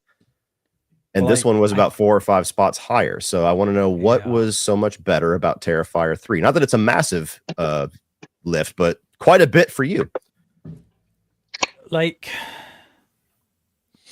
if I could watch, and the same goes for the second film to a large degree. If I could watch an edited version, I mean, it wouldn't change anything now because I know that the original versions still exist. So I couldn't defend the films to people and say, hey, you got to watch this, because they'd end up watching the original. But if I could watch an edited version where some of the more, where it's just toned down these elongated, like, yeah, that's the stuff that just, so this was the only one, this is the only Terrifier film I've seen in a cinema. And it was, opening night. It was a full audience, packed out audience. And I think the audience reaction was both a blessing and a curse. I think it's, in some ways, it kind of keyed me into the film a bit more, but also in other ways, it keyed me into why people enjoy it so much. And all the stuff they were enjoying was not the stuff I was enjoying. It's like, I appreciate that Leone has got. Is it Leone? Leone. I appreciate that Leone. Oh, Leone. I'm sorry, Leone. I mix it up all the time. Whatever. Right. It's the opposite of Sergio. That's how I've had to remember it. Sergio Leone, Damien Leone. Oh, right. Because it's Sergio Leone. So it must be Leone, Damien Leone. Right. So anyway. One of them. I appreciate that he's crafting a lore there, and that was one of the aspects of the second one that vastly improved it compared to the first one. Didn't stop it being any higher than 29 on my list, or 30 on my list. But I appreciated that. Oh no, he's building some lore in now. Okay, it's a vast improvement on the first one, but it's still all that stuff in there I don't like in it. Here I feel like, yeah, it's kind of the second one. Everything he's doing in the second one, but the thing that improves it over the second one is got a much increased budget, still relatively small by Hollywood standards, but at least twice the amount of budget. So he's able to put a sheen on it that the others don't have. He's able to do things with production design that the other ones couldn't. So it certainly looks better, and it's shorter. It's a lot shorter than the second film. So I didn't have to exist in that world for as long. And it's literally, those are the factors that, it held my interest, if maybe for all the wrong reasons. Whereas like the film that I put just below this, which was Blackcoat's Daughter, didn't even hold my interest. Like it was just so dull. And I think the worst thing a film can do is bore you. This one didn't bore me. I just didn't want to be there for much of its running time. Okay. One question I had for you, because I don't think we've had a chance to talk about this yet. There were some people that were very up in arms and offended about some things, some visuals in the third act, Crown of Thorns, things like that. With it kind of coming to fruition that Lauren Lavera's character is some kind of embodiment of an angel, and Art and Vicky are demons, and she is victorious over them. Did you enjoy the way that they did that in the third act, or did you find it to be offensive? I didn't find it anywhere near as offensive as, killing kids, or, I just, look, it stands to reason that if something is truly evil, it will do whatever it can to mock Christ. So that just rings true of what evil would try to do. Yep. I don't want to see it necessarily, but I'm not sitting there like, I'm not as offended as, say, some of the other stuff in, like, Hail Satan and all that. Like, yeah, I had shared, there was I think it was Terror Threads. They have a shirt of all three of them, almost like a Christmas card, and she's sitting there with the crown of thorns in the middle. And I had somebody message me privately on Instagram and just like berating me for sharing that image. So I was curious, that was fresh in my mind, of how you felt about that. Rudy, Terrifier 3. I enjoyed it watching it. And like I said, I laughed at some items or scenes that I feel they're very inappropriate, but I'm laughing while I'm there. Like the whole scene with the kids and the bomb and all that. I'm laughing, but there's no part taking my kids to Santa at the mall had a very different vibe this December than it did any previous years. Walked up to it, I was like, oh man, Damien, Art, man, you have changed this experience entirely. Sorry. It's okay. But no part of me in any way, shape, or form wants to revisit this movie again. Is that weird? I had a good time. I gave it a great review, but it's now to the point where I don't know if they're just pushing the envelope just to push it because they did so much here. Now they got to go this far in the next one. I got to the point where it was like almost numbing. Like, okay, it's something horrible is happening. This person is getting rats in their stomach, and what else is going to happen? It just kept going and going. It just felt like it was losing its appeal. But it's a great movie to answer some questions we had in part 2 that leave more questions for us for the next one. I think they're, like you said, the angelic form. There's going to be a Dante's Inferno sort of thing. She's got to go rescue somebody, all that other stuff. But it was great. It was great. I still prefer 2 over this one. But yeah, that's why I had it wherever I had it.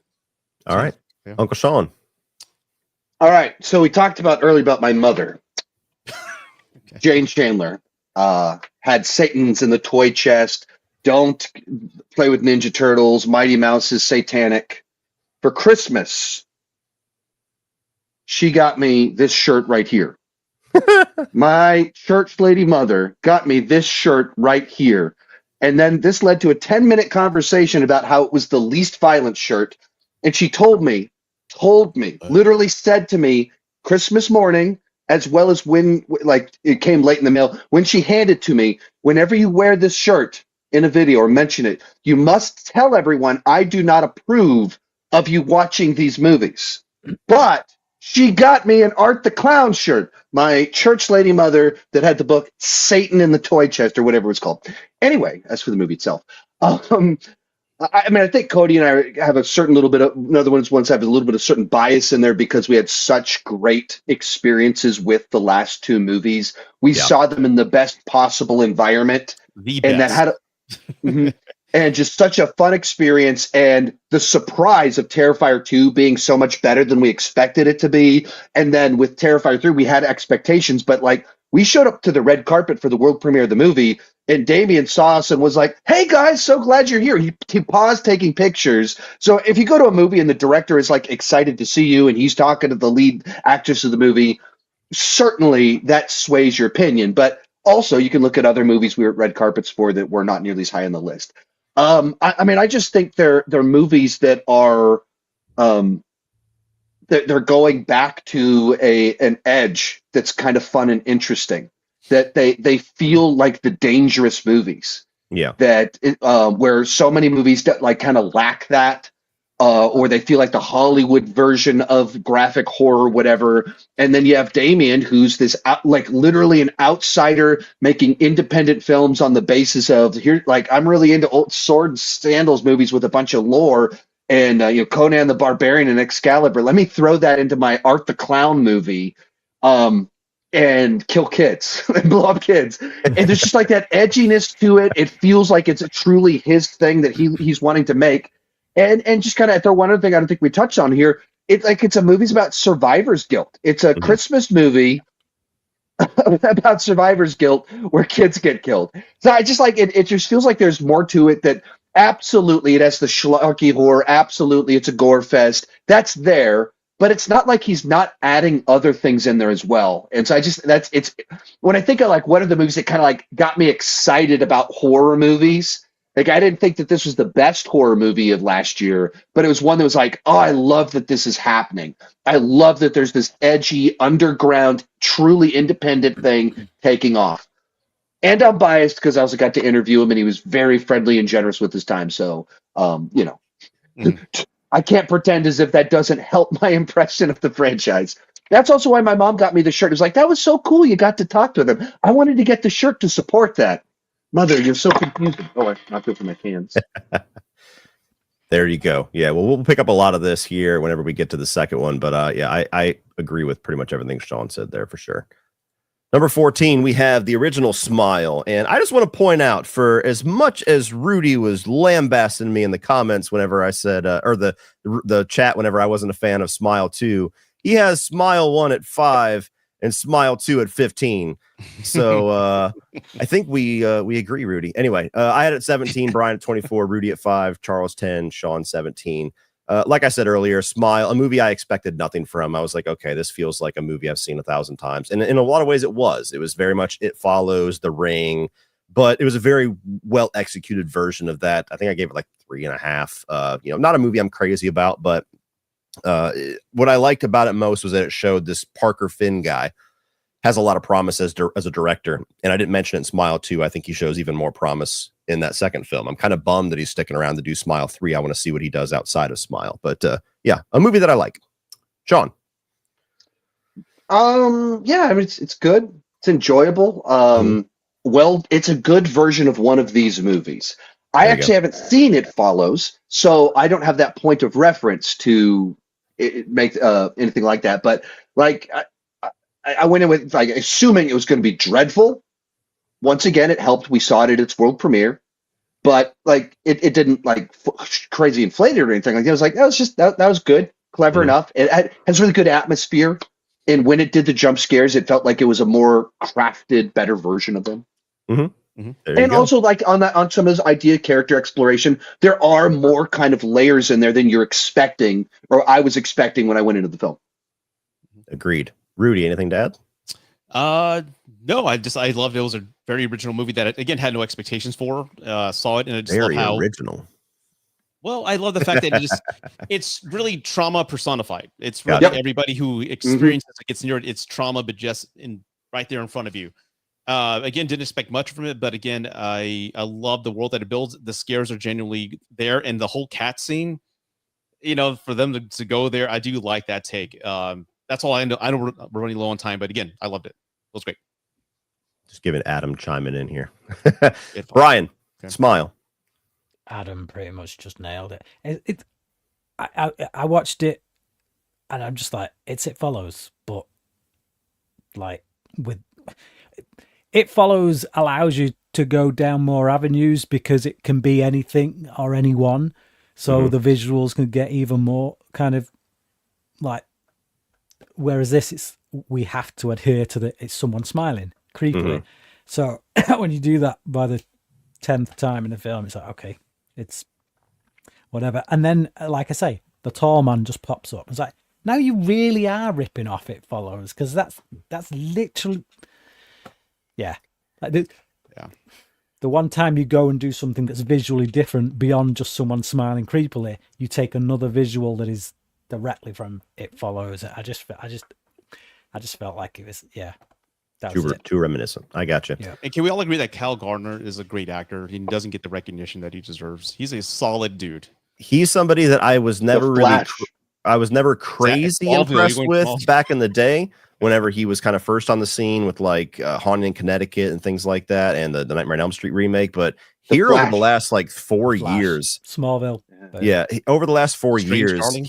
if you want to call his career a comeback, he has made a hell of a comeback. Like everything that he's in, he's phenomenal in it, even if the movie's not. But most of the movies he's picked are great. So yes, I agree. Yep. Not that tall man, Jacob. Yeah. Boy. Uncle Sean's gonna have to watch It Follows because we got They Follow coming out. Yeah. So we're gonna rectify that. Number 13. Is that a thing? There's a follow-up coming out? Yep, there's a follow. Finally, after like what 14 years, they're following it up. What's it and it's called? a movie Alright. that Still following?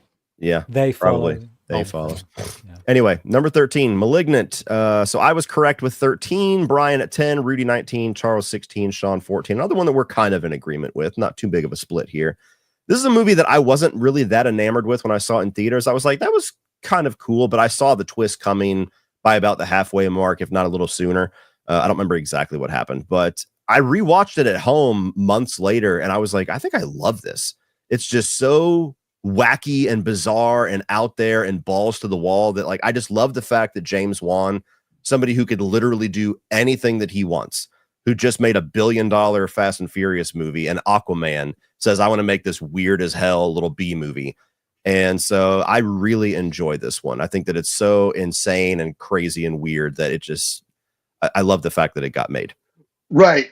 That's kind of the thing that I love about it. Anytime you have a director that plays the studio game, because he did Furious 7, $1 billion, Aquaman, $1 billion, and it went, you can do whatever you want. Well, I've got this idea for a movie called Malignant. Yeah. I love it. And whenever someone does that, you know that like this is like a passion project. Like he just loves this weird, crazy stuff. And as a guy that loves action, that you have that police fight at the end that's so bonkers crazy. I thought that the first half was a little bit stale, a little bit too familiar. But then you rewatch the movie, I think it plays better on second viewing because when you watch the movie straight and you don't know what's going on, it's like another one of these movies. And then when you know the twist and you rewatch it, you go, oh, okay, so how is this? And you reevaluate all of those things a little bit differently. It plays better on rewatch. There you go. Rudy? No, I love it. It's absolute schlock. It's like, how did he get away with this at a major Hollywood studio and get this? Because he made them $1 billion. Do what you want. I mean, the beginning makes no sense, but it's the first movie, I think, in a very long time where when the reveal happens, I'm like, what? Like, what the fuck? Like, what's going on? It's there? Really? Okay. So, and it's got electrical powers, and it doesn't matter. Just go ahead and continue. So, the concept makes no sense, but I love it. I love it. It's just a guilty pleasure type of movie. Again, it's got that feel, that James Wan aesthetic, especially with the lighting, that giallo type of influence. Again, that I like doing. So I had a great time with it, and I know we're low on time, so that's my thoughts.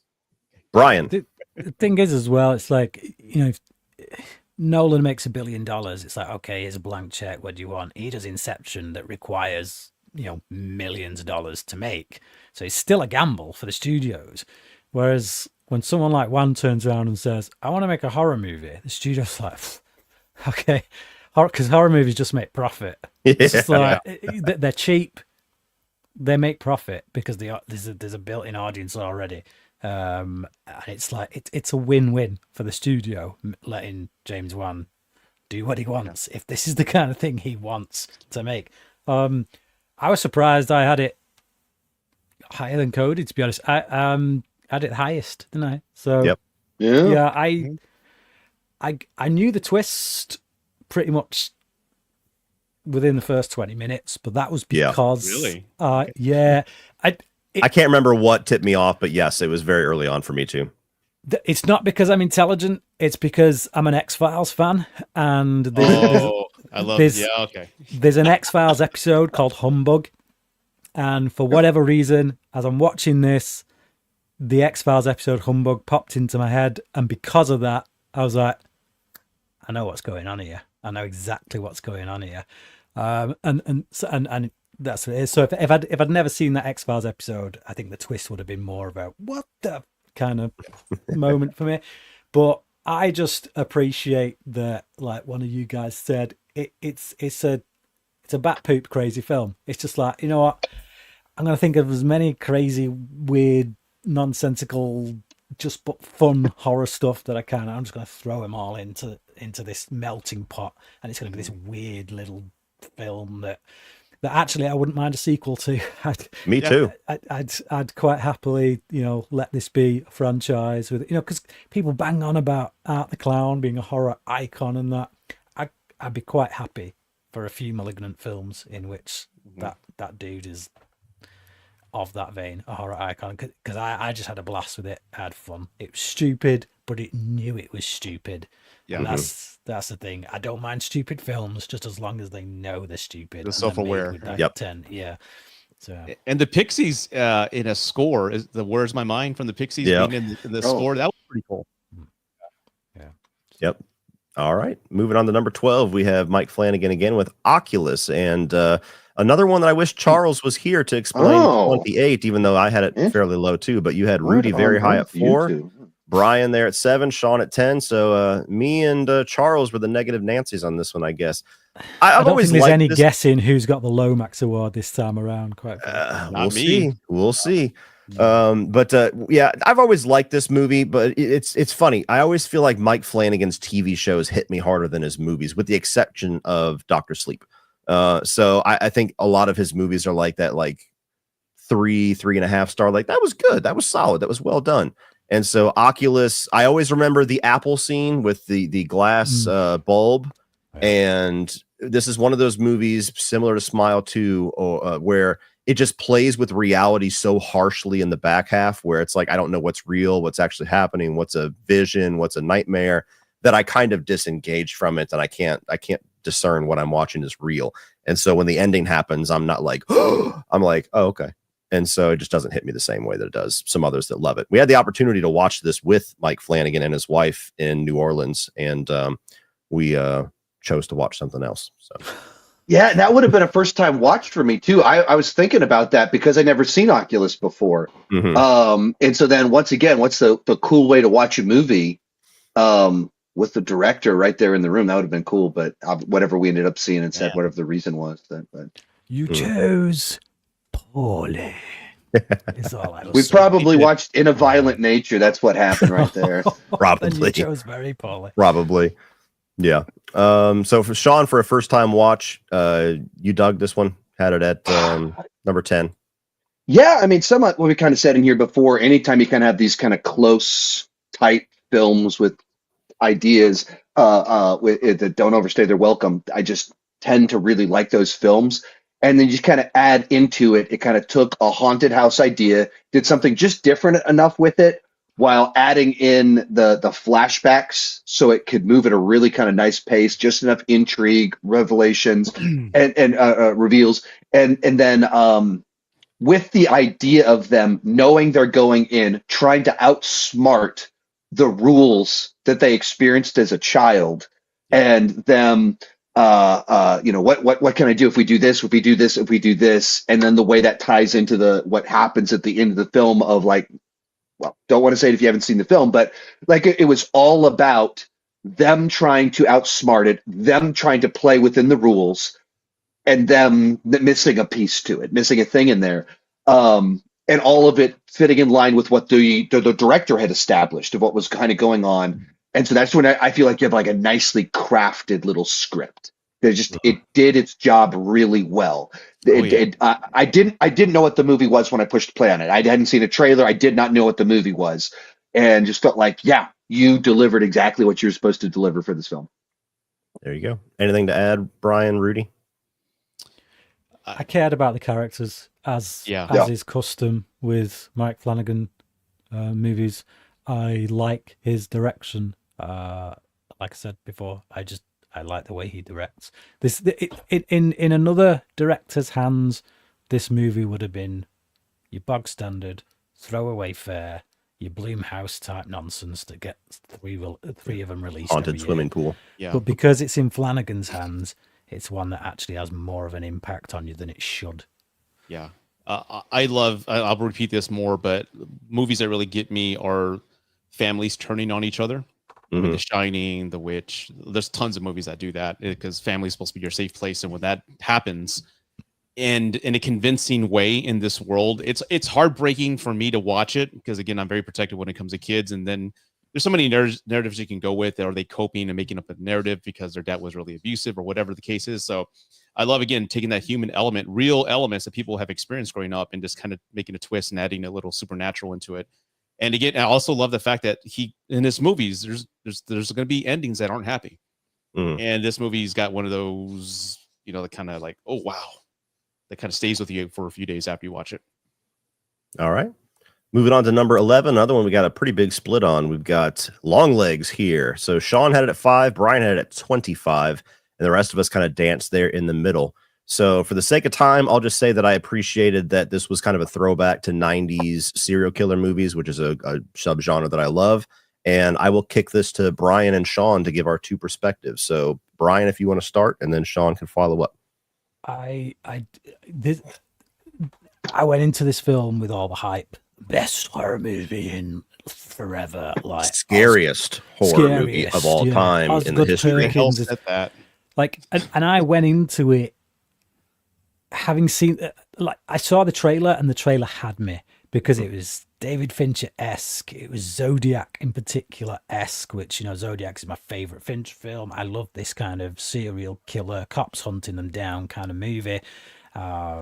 It's not really that. It's something of a more supernatural nature, and again, Hail Satan and all that crap. It just goes subject places. Matter turns you off. Yeah, it goes places I didn't want it to go, and I think it's window dressing. It's a mediocre film that has really great window dressing. Fantastic cinematography and all that is just hiding the fact that actually, at the base level, there's just not that much going on underneath. No matter how much people will try and convince me that it's really deep and thematic and all. No, it's actually not. It's just isn't. I mean, here's the deal. It's like a movie that just had so much thematic resonance that it's been stuck in my head. I've been thinking, I mean, for me, it's kind of what the piece used, kind of a little bit of the thing that both of you said as positives. For you, Cody, the throwback serial killer movie, the sort of thing, like I didn't realize that I was missing one of those movies. So as soon as it started off with kind of the procedural aspect, I was like, oh, cool. I like this. Like I'm back in the space. And then the one that Brian said about the window dressing, well, I really liked the window dressing of even, I suppose it is the cinematography, but the way that it uses the camera in empty space around characters and the sound design.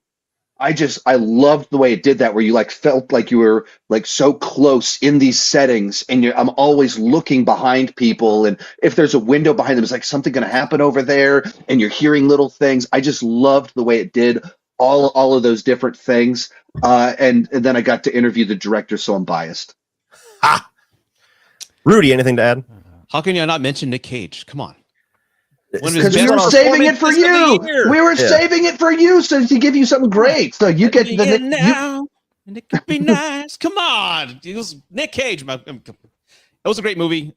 It felt like an X-Files movie. The pace and tone. Bad X-Files. What's that? A bad X-Files. Well, if you don't like Longlegs, it means you don't like the X-Files. Exactly. Boom! Boom! Everything Sean said, I don't want to repeat atmospheric. Yes, I love Nick Cage. I'll watch anything he does. I enjoyed it. It's one of my favorites of the year. There you go. For Coming in those at who don't know, I do present an X-Files podcast. So No, you. Boom. What? I have a dog Tell named me what it is. I wanna Scully, hear now. and I liked Longlegs. Yes. Where do we go from here? I want to believe. Number 10, we have Terrifier 2. So another really massive split on this one. You got me and Rudy at number 3, Sean at 4, Brian at 30, Charles at 20. So I think this is Charles' most favorable review on a Terrifier film. I'm pretty sure. I think the other ones were close to the bottom. let me just start on this one because there was something I wanted to say in terms, just because of, like, when you asked what was it that put the third one over the second one. One of the things was that even though we have a fairly open ending on the third film, it still feels like coherent in the sense that it ends in a place where, okay, I know what the jumping off point is for the next film. So the film itself feels like a complete story, even though there's going to be a next chapter.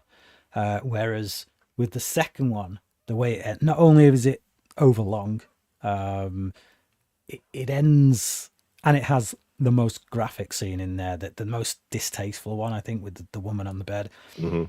It ends with all this weird stuff that's like, yes, he's no building, idea where it's going. Yeah, it's like it's again, it's an open ending in the sense that the third one is, but not quite in the sense the third one is because it leaves you just scratching your head, where it's like none of that makes sense. Whereas the opening ending of the third one is, okay, I get it's not over, but we've been left in a place that feels like the reasonable end to a chapter.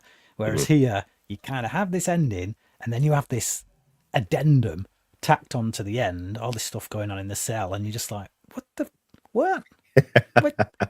What? I hear you.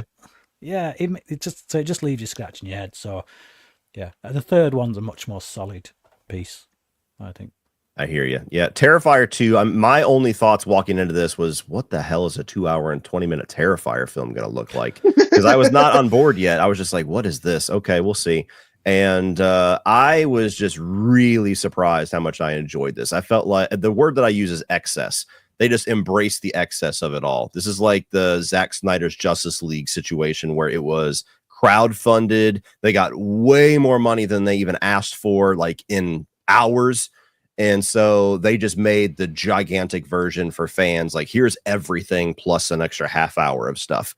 And I just kind of like that about it. It's definitely too long. Like, I think there's a better cut of this somewhere, but I just still like the excess of it. I think it's fun. I think everything they do to ramp up the kills, to ramp up the zaniness and the comedy of Art the Clown is a lot of fun. I think Lauren Lavera elevates this significantly from the first film with her character and having a badass final girl, and the way that those two characters, all the intrigue that they build.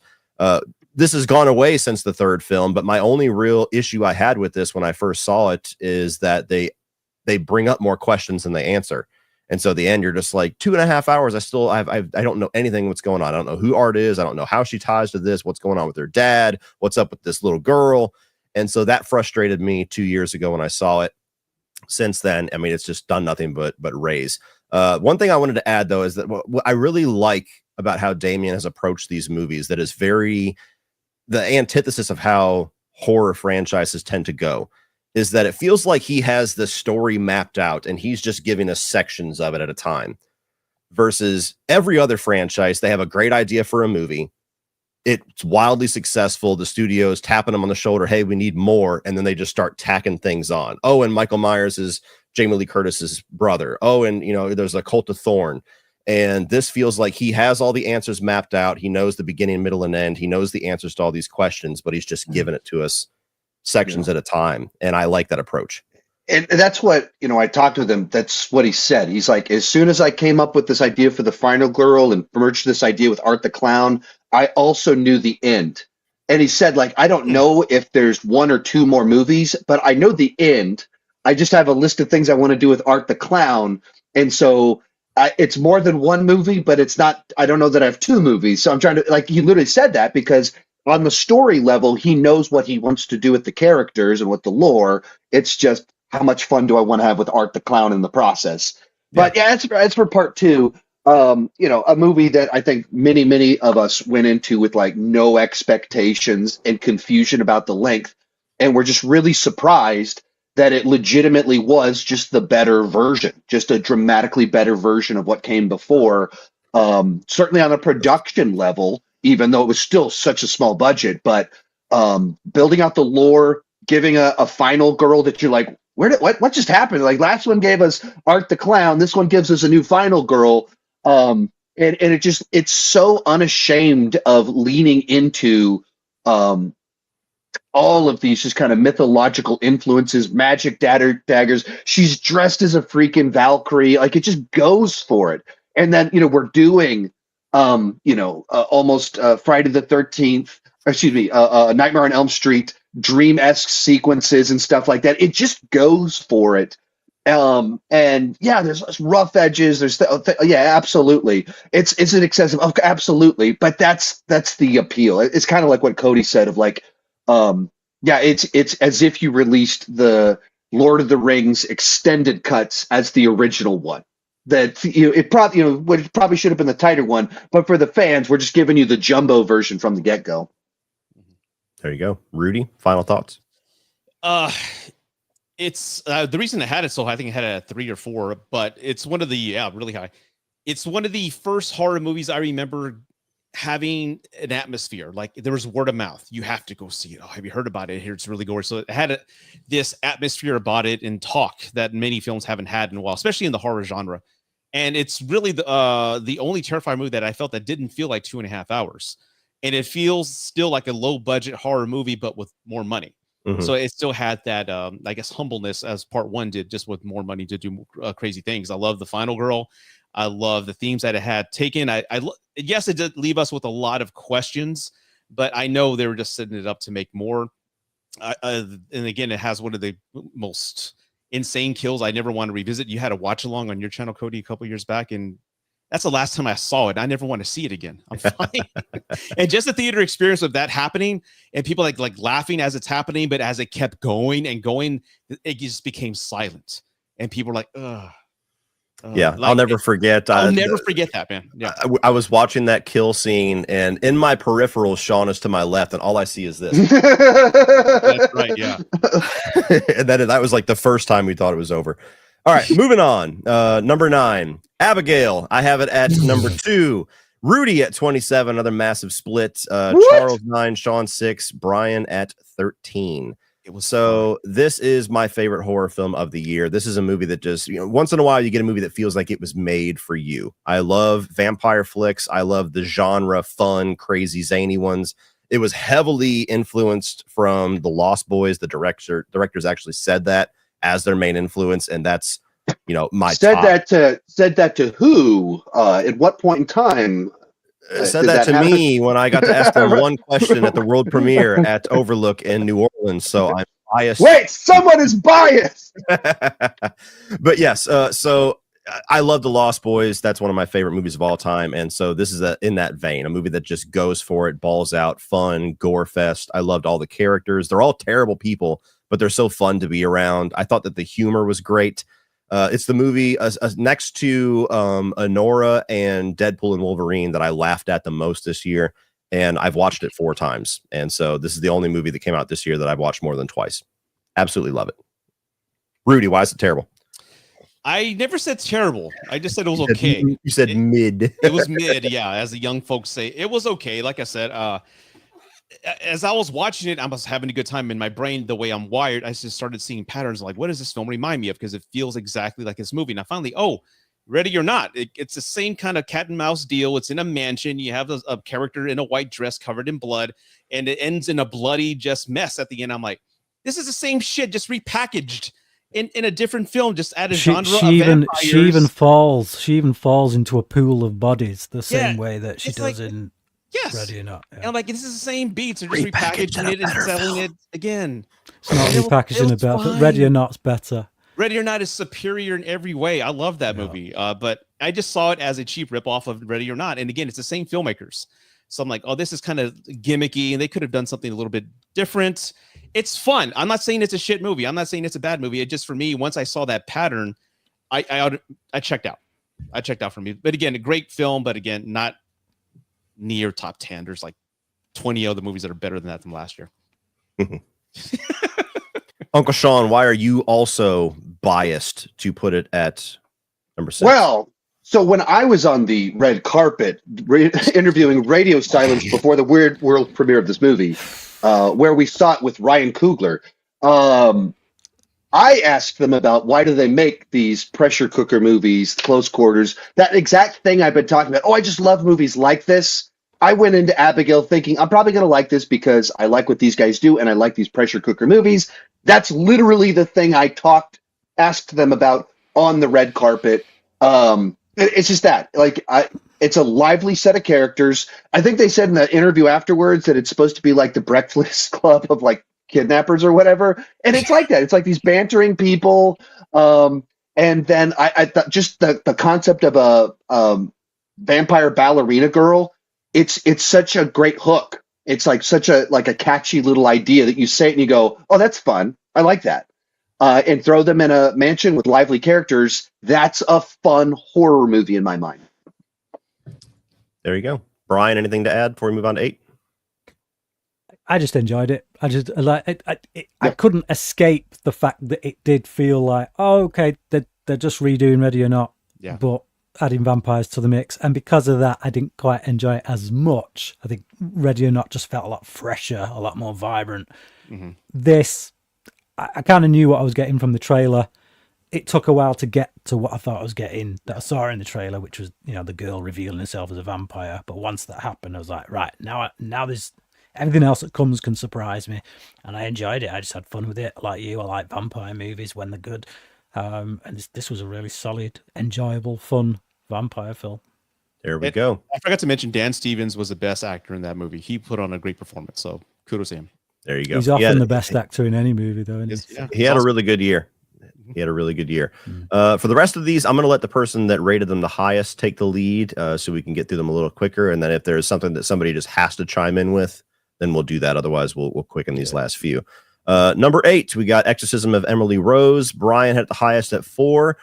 Wow, I didn't realize I was the negative one on this one. 21, 16 for Sean, 8 Rudy, and Charles at 5. So, Brian, you've been on me to watch this for a very long time. I did enjoy it. I think it was just because it was the last movie that I watched right before these 4-in-1. After Titane and Raw. Probably. CP. Probably. Yeah, it's CP's fault. So, yes, take it away, Brian. Exorcism of Emily Rose. Yeah, I just love it. I think it's a really great, just melding of the horror with the courtroom drama element. I don't care what genre you're in. Like, film to me has to be about story and character. I want to care for the characters. I want to go on a journey with the characters, and I want to be like intrigued by the story, invested in the story, and that's what this does. I mean, I always find courtroom dramas to be that way for me anyway when they're done well. So you throw a horror element into that mix where you're essentially putting faith on trial, it becomes so much more interesting than most horror films in this show. I mean, just if you just think about the subgenre itself of exorcism movies, they can become so run of the mill. This takes a different approach to it by, like, again, making it a courtroom drama, putting faith on trial, asking the questions of, is this stuff real or is it not? And not giving you a definitive answer. Everything we see of the horror element is shown in flashback. In other words, is it a reliable thing to see? It's based on testimony, so you can come away from the film saying, no, that's what they said, but it's all nonsense, it's all rubbish. So you're not forced into a particular way of thinking by the end of it.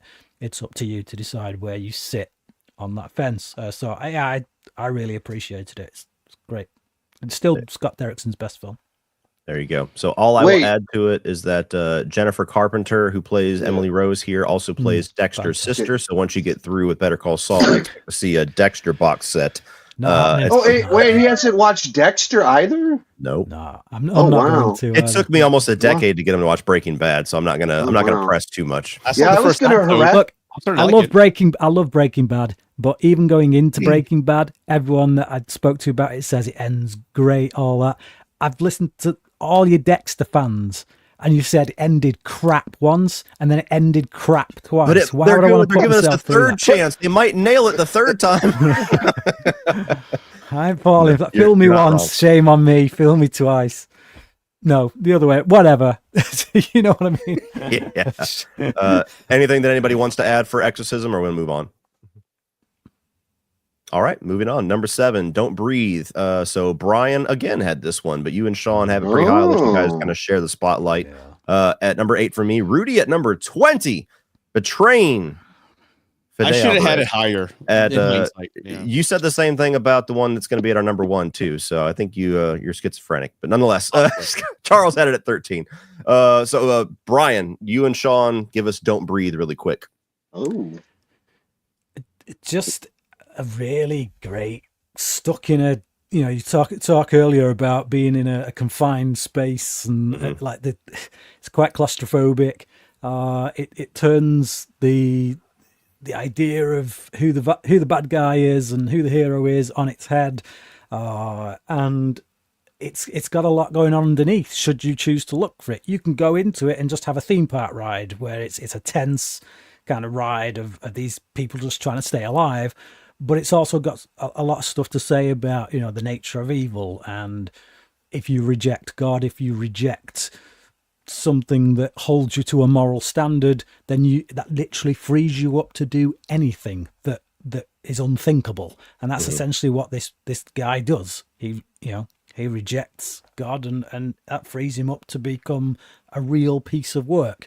Now, that's not to say that everyone who doesn't believe in God isn't, a moral person. That's just one angle. That's just one thing. One thing that this film is saying about certain aspects of evil and people who do evil. And on the flip side to that, we have this whole idea in the film that weaves throughout of the woman, the one who gets out at the end, listening essentially to a higher power. She has this moment with the is it a butterfly or whatever it is? That can be looked at as a sign of faith, and it's that leads her out. Ultimately, are you talking about Heretic? Freedom. No, I'm talking about Don't Breathe. She tells a story at the beginning about the I can't remember if it's a butterfly or something. It's an insect of some very description. Similar thing happens in Heretic. So I was wondering if you finally saw it and didn't tell me. I was going to be offended. Well, it happens in Don't Breathe. She tells a story about it. And it comes back at the end. And I feel like a lot of people miss it. But it's literally, that's the point in which that's an act of faith. She follows that, and it essentially saves her life. Now, you can look at that as, I think a lot of people don't even see it. But to me, I see that. And it's like, it's a nice little take that feeds into what was being said with the blind man, how he rejects faith, he rejects God, and that frees him up to do all kinds of evil. Whereas she is a person who's actually, she gets out of this by tuning into something of a faith nature. So I think it's a much deeper film than one might give it credit for because of all that stuff. But if you're not interested in any of that stuff, it's fine, because it plays equally as well as just simply a tense ride that you go to see on a Friday night at the cinema. So it works on multiple levels. It's a great film. There you go. Anything to add, Sean? Yeah, Stephen Lang freaking rules. I don't know about any of those concepts and ideas like that, but him as a blind man killing a bunch of criminals is awesome. I mean, it is recurring theme. You could have just looked at the genre of this film and look at everything I've set up to this point in time and go, I bet Sean's going to be a big fan of Don't Breathe because it's one of these close quarters pressure cooker movies with people in an isolated location. It's very high up on my list. And Fede Alvarez is just great at that. In the first third of the movie, you set up a series of threats, of potential dangers, and then the rest of the movie has people get stuck in them. I eat that stuff up. And Fede Alvarez is one of the best at it. There you go. Simple enough. Ladybug. Thanks, Jacob. It wasn't a butterfly, it was a ladybug. Okay. Yeah. Something very similar is an element in Heretic. So I was like, Brian's getting his wires crossed here. No, well, they probably robbed it from Don't Breathe. Probably. Number 6, we have Hereditary. Rudy's going to take the lead on this one. At number 1, you had Charles at number 4. Rest of us dancing around there in the middle. So Rudy, take it away on Hereditary. Yeah, it's one of those movies that. What? Huh? No, can you put the graphic back up real quick? Yes. Oh, I'm the negative one. Okay. Ooh. No, it's one of those movies where I saw it and just kind of lingered in my mind for a few weeks. Again, not much of a happy ending, but just the themes of it. I felt like I wanted to go to church after the next day seeing it because it just felt I shouldn't be watching this, witnessing this ending. They're praising one of the princes of hell. Like, oh, I have my limits. All right, give me gore, but this is a little too much. But again, like I said, movies when it has families fall apart, and it's basically by either hereditary mental disease. I love the beginning where forget her name, Toni Collette. Toni Collette. Yeah, should have got an Oscar. Should have got an Oscar. She should have been nominated. She should have. Yeah. But just the beginning where she's at that group meeting, she's just talking about what she's been through, what she's coping with, what her brother went through, what her mom put her through. It's very heavy when it comes to just those themes of just abuse and just mental disease that can be inherited from your parents and your family. So that taking that and again going on that supernatural route and how graphic the film can be, it's not apologetic to what's happening. There's a lot about that is incredibly dark. Some of the best jump scares I've seen in film are in this. I love how things are hidden in shadow, and again, just one of those movies that lingers with you. The characters just going on this downward spiral of emotional pain, doing things she shouldn't be doing, like trying to conjure up and speak to her daughter through the Ouija board or through a seance. I'm like, it's just a lot of bad mistakes one after the other. And again, one of the most, I held my breath in the movie, that scene where the girl's in the back seat of the car. And again, I don't want to spoil it for anybody, but when it happened, I was just like that actor in that scene. I just had I was tensed up. I was holding my breath. It's one of those movies that just is very memorable and had an emotional hold on me. And great storytelling. And again, that's why I had it number 1. One of the best horror movies I've seen in a very long time. There you go. Anything that anybody wants to add? Yeah, I watched it at home after all the buzz. I didn't see it in the theater, so I was late to the party. It's not really my kind of movie, but it's really well done. Like I can't connect it with the other people because it's just not my thing. But it's really well done. But I watched it at home. My wife doesn't watch horror movies. She just happened to walk in during the car ride home. Oh man! Like, this is no context. She just sees a little girl, and that's her whole experience with Hereditary. That's fantastic. And the dread you feel hearing Toni Collette get into the car off screen and the wail she gives off, like, God, just as a parent, you can imagine how that pain is. Again, just a very dreadful experience, but I loved it. There you go. All right. Number 5, the ripoff of Abigail. We got Ready or Not. Ready or Not at number 5. I was correct. Brian was correct. Rudy at 12, Charles at 11, Sean at 8. This is actually a movie that I enjoyed a lot when I first saw it, but I hadn't revisited it. And I watched it twice whenever I was watching films for 31 because for some reason, I loved it so much on rewatch. I was like, wow, maybe it was Abigail that brought me back into like the Ready or Not spirit. And I was like, this is kind of like Abigail, but almost as good. And so running gag here, but I loved it. I'm actually really glad they're doing a sequel. I don't know exactly what's going to be the story of it, but I kind of like that I don't know. Samara Weaving is incredible in this. It's just a really fun movie, just like with Abigail. They just make fun movies that I enjoy. So not much more to add other than that. Great cast. Like the whole ensemble. Yes. I mean, Adam Brody, Andy McDowell, Mission Impossible guy, like such a great fun cast and unexpected. You don't expect Andy McDowell to be in this movie. Yeah. Guys, it's phenomenal. I remember seeing it at the cinema when it came out, and I was just like, oh, that was a fresh horror film. That was just just so great. And then when they got announced after that, didn't they, that they were doing a Scream film, and I was like, they are so the right people for a Scream film. I could not have been more excited with a director announcement for a particular franchise that I love. It's like, sign them up. That's a good choice. because everything they gave us in Ready or Not just said, yeah, these would be the guys to make a really good Scream film.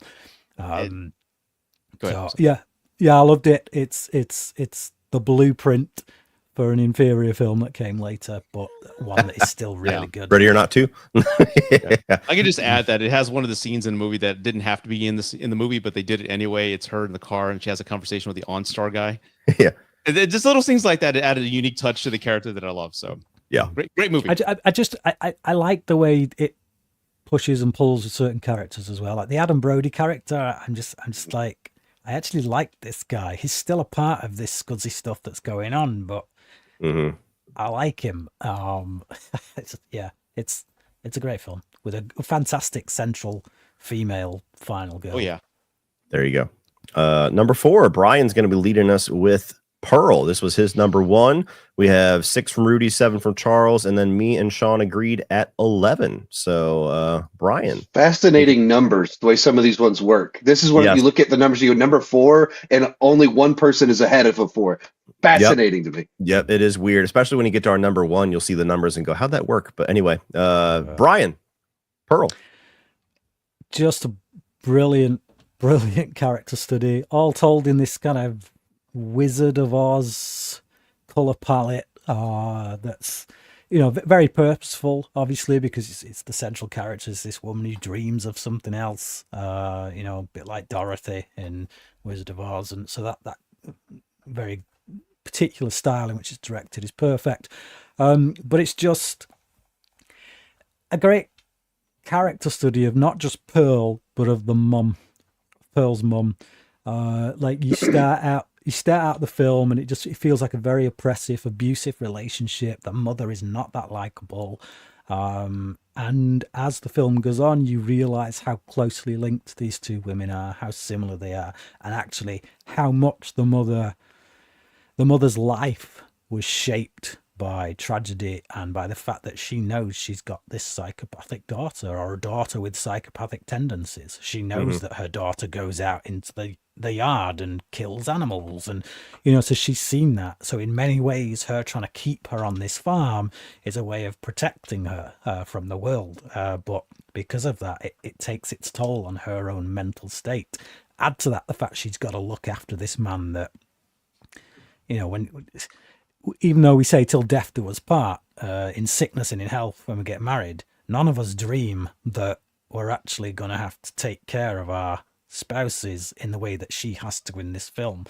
So she's a prisoner in her own life, and to a large degree so is Pearl, and it's that connection, it's that the study of these two people who in many ways are forced into who they become because of their circumstances and whatnot, and the difference between them is that the mother can't reconcile any of that, whereas Pearl does. She gets to the end of it and she realizes who she is, and she in effect embraces that and realizes, okay, well, chips fall where they may, essentially, but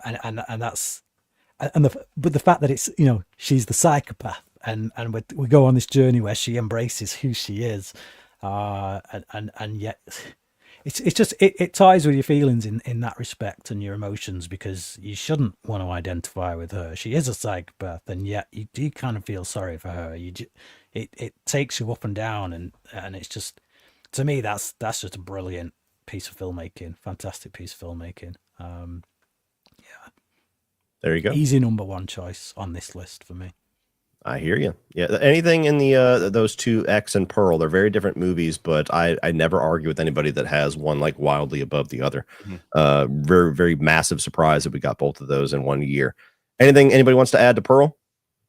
I liked Pearl a good bit more than X. I was late to the party on both of them. I was just really surprised that how much I actually liked Pearl, because it is such a wildly different film. And I think that's what I liked. It's just like, when you're making a movie like that has such obvious Wizard of Oz-isms, that's such a bizarro blend. That's something I just really enjoyed. And then that it is such a character piece, and the performance is so magnetic and compelling.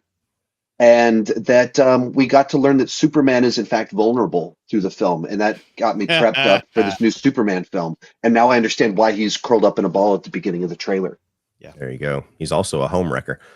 So we got number 3, Get Out. So Sean will take the lead on this one. Oh, He is, interesting. Numero uno. And then I was right behind him at 4, Wow. Charles at 6, and then Rudy and Brian agreed that it was terrible at 11.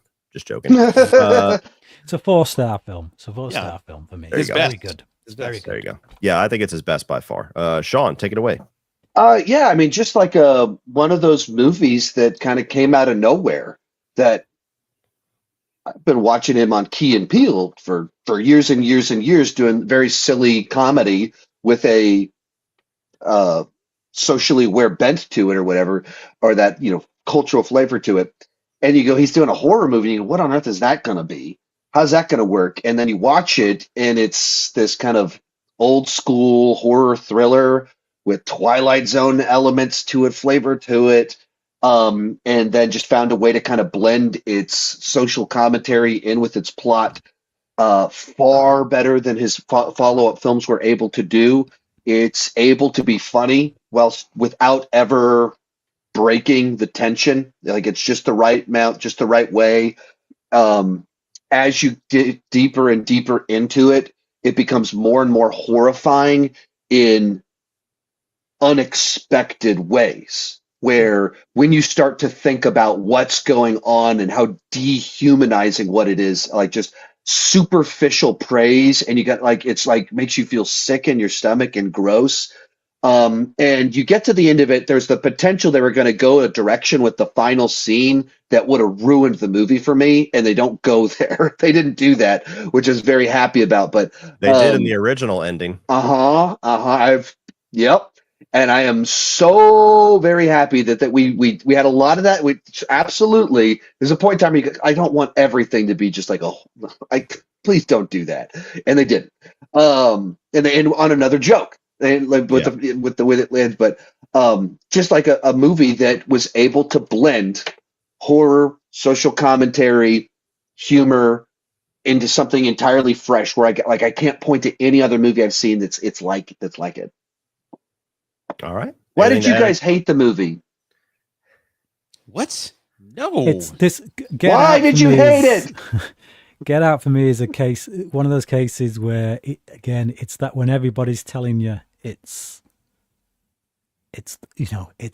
Kubrick level. It's the best horror film in the last 20 years. It's like you're being told all this stuff, and it's like, no, I thought it was very good. Like if this came out with no buzz and I just happened to see it before anyone mentioned it to me, I'd say, hey, there's a very good film out. It's a really solid 4-star film called Get Out. It's got some interesting ideas in it, some really great central performance.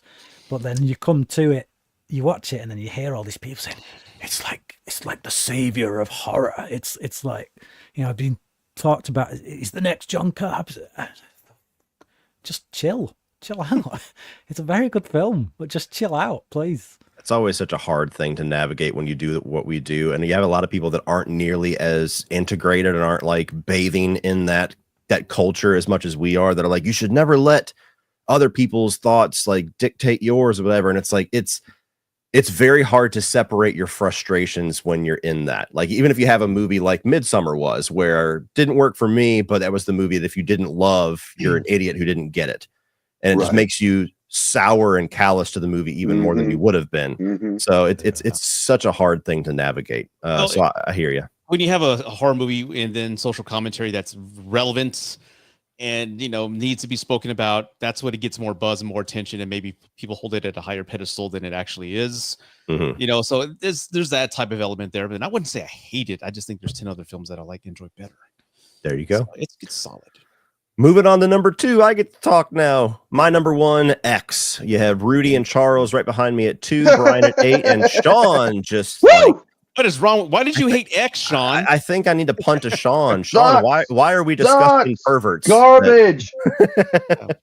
Yeah, better question. Why are all of you guys perverts? You just wanted to watch a porno. That's all that was really going on here. Like excited up. But this is a horror ranking. It's a totally different thing. It's ranking it based off of that. On the subject of that, actually, I did it because I went into this film. That was a concern for me because that's the one thing I don't want to see in movies. I'm not. Yeah, sorry. Just sex scenes in movies just make me cringe, quite frankly. I appreciated that. Well, I got a movie for you called Honora. Go ahead. I actually appreciated when I came to it that they show you how they go about shooting the porn movie in this place, but we never actually see any nudity. Like we don't. They don't go there. You know what I mean? It's done in a tasteful way. The thought of what they might show you is actually worse than what the reality is. So I appreciated that because ultimately it's a film about that subject rather than being that subject. So this was just a massive surprise for me. I did not have a good relationship with A24 films at this point. Like, to me, up to X, A24 was the studio that put out a movie with all of the horror and tension scenes in the trailer, and then you go watch it and it's like this slog. And things like It Comes at Night. And so every time it was an A24 film, I was just like, oh, this is not for me. And X was the movie that kind of started to turn that around, where I didn't know what this was. I didn't know the plot. All I heard was, great, A24's next awesome hit. And I was like, whatever, man. And I go to watch it and I was like, holy shit, that was awesome. It's like a throwback to the Texas Chainsaw 70s slashers, but all elevated, and not in the way that we say it kind of annoyingly nowadays, where it's like it's got smart messages. It's pretentious. It's elevated in like the filmmaking and in the cinematography. Yes. Having the red blood paint the light, which shines the whole scene in red, while Don't Fear the Reaper plays and things like that. And you got the director character that says, I want to prove that you can make a good dirty movie. And it's like, that's kind of the whole point of X. So I love it. I've seen it probably 5 times. I've seen it in theaters twice. I watched it to watch the preview of MaXXXine earlier this year. So this is one of my favorite horror films of the last decade. I adore it. Mm-hmm. Moving on to our number one. Get ready for these. I didn't actually comment on the movie. Huh? I just made jokes. I made jokes and went on a rabbit trail. But go ahead. So I like, that's where people say, like, why did you hate the movie? First off, it's number 18. Yeah. I didn't hate the movie. There's a bunch of movies, 13 movies that I was more negative on. Some of it I was late to the party, and so everyone said, "Oh, it's fantastic, it's amazing," and I didn't like. So it was the one for me where I was like, it didn't quite live up to all that in my mind. Some of it was just the subject matter. A movie about people shooting a porno was not one. I'm like, man, what a cool concept. Let me hop in on this one. I didn't like that. It's kind of weird to me, but. I think some of it, there's just certain character choices, certain things that people did that tied into probably a lot of what other people enjoyed about the film that I just found really off-putting, like Jenna Ortega's character and what, like, the way she does to like cocking her boyfriend and stuff like that. It's like, this is like, that was the thing to me that was like an off-putting, like, what a weird like thing. Like, that is what popped out of like. I love the line that the guy gives, though, where he's just like, you don't understand. She's a nice girl. It's like, oh, you ain't learned yet. Ain't nice girls. Right. So I don't know. It's like one of those ones. It's a little bit tricky because it's like I look at this and I was like, oh, really? I put it that low? I don't know that I would stand by that if we redid this now. It's always tough when you're doing these lists. Yeah. But like, it's not that I hate the movie, but I would say that I enjoyed the movie significantly less than where most people are at with the film, which is also why I was so surprised how much I enjoyed Pearl. Because I wasn't as crazy about X, but then obviously Pearl is something so wildly different. There you go. I think it's really well done. Like, I think it's very inventive and smart. Like, it's not like this crap. You guys are weirdos. I just think it's a great film about again. There's a lot of stuff in there that it goes a bit deeper than you might think on the surface. Like, it's this weird film about how youth is wasted on the young. You've got this group of young people making this porno movie, disrespecting the act of sex, and it's something that the couple, the old couple that are these psychopathic, whatever, it's something they can't really do with one another anymore. It's something that they've lost because of their age, because So of their, they think. and so they think. And yeah. So I liked all that element to it, and just again the moral. There's a central scene in it where they start to discuss what they're doing and essentially the morality of it, and the girl that's always been, I don't know about this, because of the way her boyfriend is approaching the situation. She suddenly comes around and decides she's going to do it, and it's this notion that actually sex matters. It's not just an act. It does have consequences, and you can say it's an act all you want, but the moment someone you care about says, all right, fine, if it's just an act, I'm going to go and do it on camera, suddenly it shapes your entire outlook of what you're doing. And that's the key scene in the film for me, and it's everything else comes out of that goes on and feeds into so it's like the exact thing in many regards. It was like, that's what we pulled it together. It's like, that was also the thing for me that was like, I get it, you know, very good observations, but you were a little bit too effective in what you're going for. Like the murder, people being brutally killed, all that, who cares? But plot point like that, it's like, ugh. It's amazing. I hated it for those reasons, but I loved it for that reason. But I just felt like that needed to be there. I felt like it needed to be there in order for the film. Like, if that hadn't have been there, I don't think I'd have liked the film as much, because it would have just been about making a porn film, and it would have just been about violence. But the fact that we get this moral discussion at the heart of it about what these people are doing actually gives the film some value. There you go. All right. Moving on to our number one. Some very odd numbers for a number one, but Alien Romulus took it away. Number one. The highest was Sean with 2. We got 2 of us at 3 with Brian and Charles. Me at 6 and Rudy down at 14, which I believe he said in his most recent ranking that he regrets. So it could have been even higher than number one. Who knows? Yeah. But Sean, I'll let you lead this one. Alien Romulus. I actually say that I've softened on this one a little bit. I have too. That and not in a dramatic, not like, oh man, this movie, anything like that, but having just done my annual ranking, my order of Longlegs, Abigail, and Alien Romulus is very different. But I like Fede Alvarez, and we're doing the close quarters in space. I mean, that's what Alien has always been, but doing Fede Alvarez doing that bag of tricks, setting up a series of threats at the beginning, and then it delivered on it. It has that aesthetic of the first 2 movies that I loved, going back to it, that world. Still not crazy about the last 10 minutes. So that's where I look at it. It's like, I don't like my ranking here, but yeah, this is one that like when I first saw it, I was like, that's top 3 of the year for me. And it hasn't dropped too many spots, but when I saw it a second time, I still loved everything that I loved, but the things that I didn't like bugged me slightly more. I think that Fede Alvarez was the perfect person to do this, and I think that his sequel is going to be even better, honestly, now that he's laid the groundwork. I really like the core 2 characters. Don't give a flying fuck about the other ones. That was another thing that kind of didn't hit me the first time. It hit me the second one. But I love the atmosphere. I think it's a nice blend of the approach of Alien and Aliens. I really like some of the bizarre places it goes, like the creature at the end. I think the way that he changes up like the temperatures and gravity and stuff like that is really cool. He made face huggers as scary as they've ever been.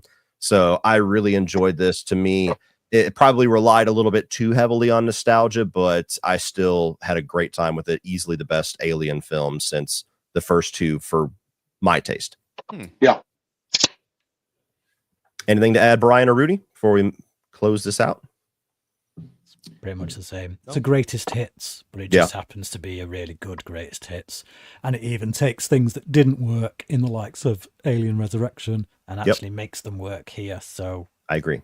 I should have had it in my top. It also pulls in Prometheus. It finds a way to use Prometheus as well as everything together. Yeah, that was a surprise to me too. As soon as they brought the ooze, I was like, "Oh no, what are we doing?" Right, me too. All right, so that is it for the list, guys. I'm just going to run down. I don't have graphics for all of these, unfortunately. I ran out of time, but our biggest splits: Abigail split of 25 between me and Rudy. Terrifier 2 split of 27 between Brian and me and Rudy, and Raw, the biggest one between Charles and Sean, a split of 30. Closest together. Blackcoat's daughter split a 3, Sinister split a 5, and Nope split a 5. So we agreed on those. We didn't agree on anything that was in the top 10. All of us had one little deviation. Closest to the actual list was Sean, and the furthest away was Brian. Those are like the nailing the numbers that it landed in the group order. Most often correct, which is the opposite of that. The person that matched up with the group order the most was Rudy, 6 times correct, and Sean had 0 times correct. Interesting. That's an interesting little numbers thing where I was the closest to the average, but also I never was the same as it. That is so fascinating. Yeah, very, very weird. Statistics. How it plays out. Crazy. Movie savior. So we had I was the savior for Infinity Pool, would have been 5 places lower. Rudy was the savior of Midsommar, would have been 5 places lower. Rudy was also the savior of The First Smile, would have been 5 places lower if he was not here. And Rudy saved Oculus 6 places, it would have been without him. Movie slasher. Oh, yeah. Rudy brought down Don't Breathe 4 places. Sean brought down Smile 4 places. Brian brought Terrifier 2 down 5 places. And I brought Smile 2 down 6 places. So I was the movie slasher. Some interesting facts. Raw would have been 31 without Charles. We did not agree on a single movie that was in the top 10, which I already said. The difference for Raw is tied with Blazing Saddles for the largest split that we've ever had. And Brian putting Terrifier 2 very low, and Rudy, Cody, and Sean putting it very high. CP actually had never mind. That's just sorry. That's not a statistic. I was just reading notes. Now, the moment we've all been waiting for, the Lomax Award. So this is the award for the person that had the most hot takes, the movie that they were furthest away from the group. Okay. And surprisingly, we have the same victim. No, I'm just kidding. A new holder of the award who is not here to accept his award. Damn it. CP. My God. So the Lomax score, the way that this works out, the way that our buddy John Connor, which huge thanks to you for doing all these statistics. You save us and me specifically a lot of time. The way that he adds these together is it takes our biggest splits, gives them a number score, adds them together. I had the lowest Lomax score. My hot takes were Emily Rose, MaXXXine, Infinity Pool. Sean was right above me with hot takes of Crawl, Longlegs, and X. Brian, the Lomax Award. If not for X, I wonder if I would have been able to beat you there, Cody. It's just that X. Might have. Brian, the person the award is named after, was 3rd with Longlegs, Smile, Terrifier. Rudy, Abigail, Alien, Romulus, and Midsommar. And your score, Rudy, was 37. Charles, this is 52. So we're all like this, and he ran away with it this year with Raw, Titane, and Terrifier 2 because he gave Raw 1. Titane was like in the top 8, and then Terrifier 2, he was just significantly below a lot of us. So, Charles, we love you. You're not here to get your damn award, but you are the Lomax for this one. And the last little thing that I have to share, everybody, and again, I apologize that I don't have nearly the slickness that I typically have with these, but it is just a very, very busy time. We already have our theme set for May, and we already have our theme agreed on for October. But we don't have the movies agreed on yet, so I'm going to pause before I announce that. But in May, join us all for 31 on 31, The Mob Rules, May 31st, 2025. Looking at films like The Godfather, the Scarface, Carlito's Way, Goodfellas, The Departed, Untouchables. Also diving into Sicario 2, Heat, The Town, True Romance, getting into Dirty Cops with Training Day. Got Menace to Society and Boys in the Hood, Lock, Stock, Smoking Barrels, Snatch, The Gentleman, American Gangster, and a whole lot more. So this one's going to be a lot of fun. Join us in May for that one. Any parting words, guys, things that you want to promote that you have coming out, Uncle Sean? Yeah, I mean, only in the vaguest of things, I've got a new series I'm launching in the very near future called Sean Chandler Talks 2, which is talking with different people about movies and directors on the red carpets at premiere. Well, those aren't lined up quite yet, but that's the whole plan on this one. But Cody and I will be recording one of the early premiere episodes of that in just a few days. So I'm going to record like a bunch of different episodes while I'm in LA this next week. So that's something that's kind of in the works, and hopefully I am looking to do more interviews this year so that the next time we do one of these, I can just constantly name drop about how biased I am. There you go. Rudy, anything coming out in the future? In Gen X or Root device or Give me either or. Whatever you want to plug. Well, no, I couldn't say it on this channel, being inappropriate. But no. Which channel do you think you're all right, on? fine. I have an interview with a sex worker coming up. That's gonna be fun. Again, another one.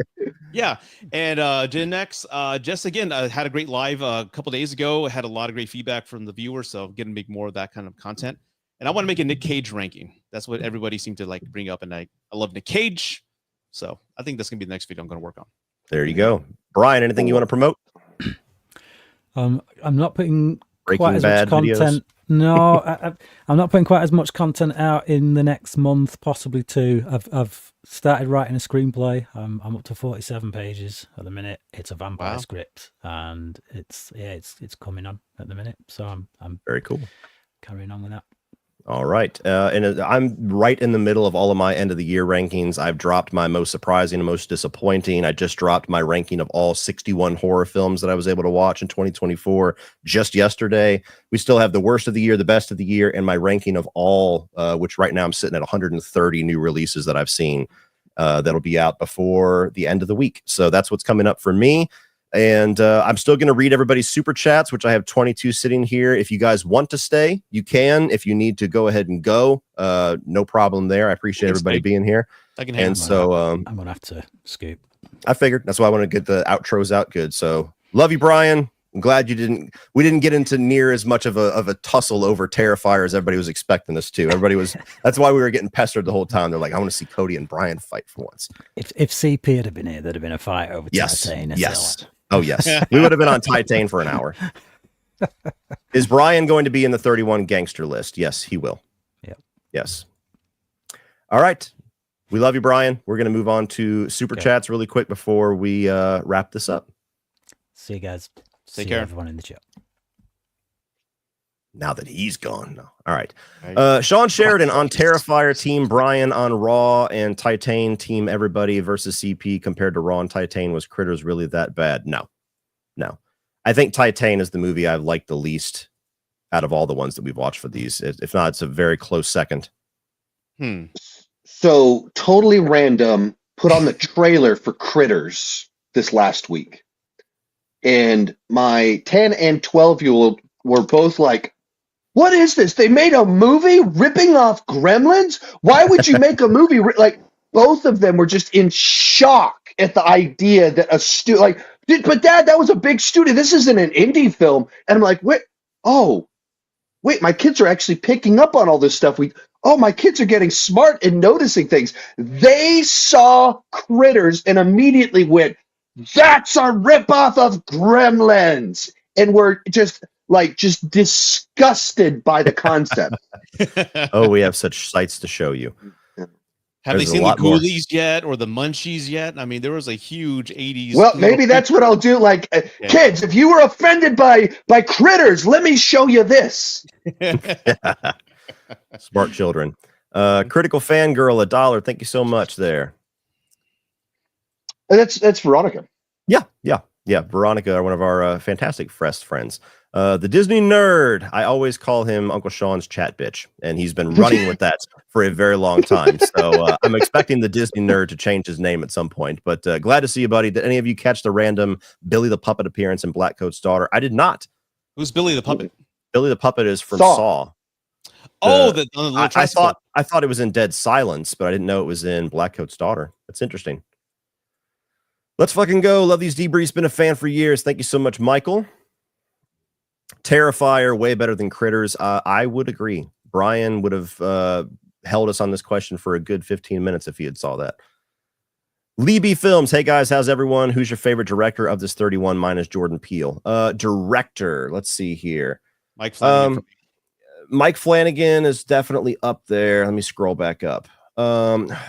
I feel like I'd go Fede. I was about to say, I saw, yeah. I think I'm going to go Fede Alvarez. Every movie that he's done, with the exception of that Girl with the Dragon Tattoo thing that he did, which I don't know, it felt like kind of a movie for hire thing, so I don't hold that against him. But I love what he does. I love his style. For those who have watched it, what's y'all's opinions on Dexter Original Sin halfway through? I think it's better than I thought it'd be personally. It's somewhere between my hopes and my fears. I thought that Original Sin was just going to be like this immediate cash grab, which I still think it is, but just have no value whatsoever. And I've been surprised how much I like, and I'm comfortable with how much it kind of brings Dexter season 1 and 2 vibes to it. And it's kind of like nostalgic in that way. It's now with episode 5, I think it's been their best episode yet. It's starting to kind of get into the plot of what's going to happen. I don't know why it took 5 episodes to do that. But it still feels a little fan fiction-y to me. It feels like we got to cast somebody that looks identical to this person. Some are better than others. They're literally spending entire episodes just fleshing out a flashback that we've already seen for the premiere. So I don't think that it's amazing, but since I've been hurt by Dexter so many times, I at least enjoy that it reminds me of the good days. Did I tell you I saw the first episode of the original series and I liked it? You did. Yes, you did. And I'm watching the Christian Slater one, the new one, and I'm like, hey, I'm actually may invest time in watching it.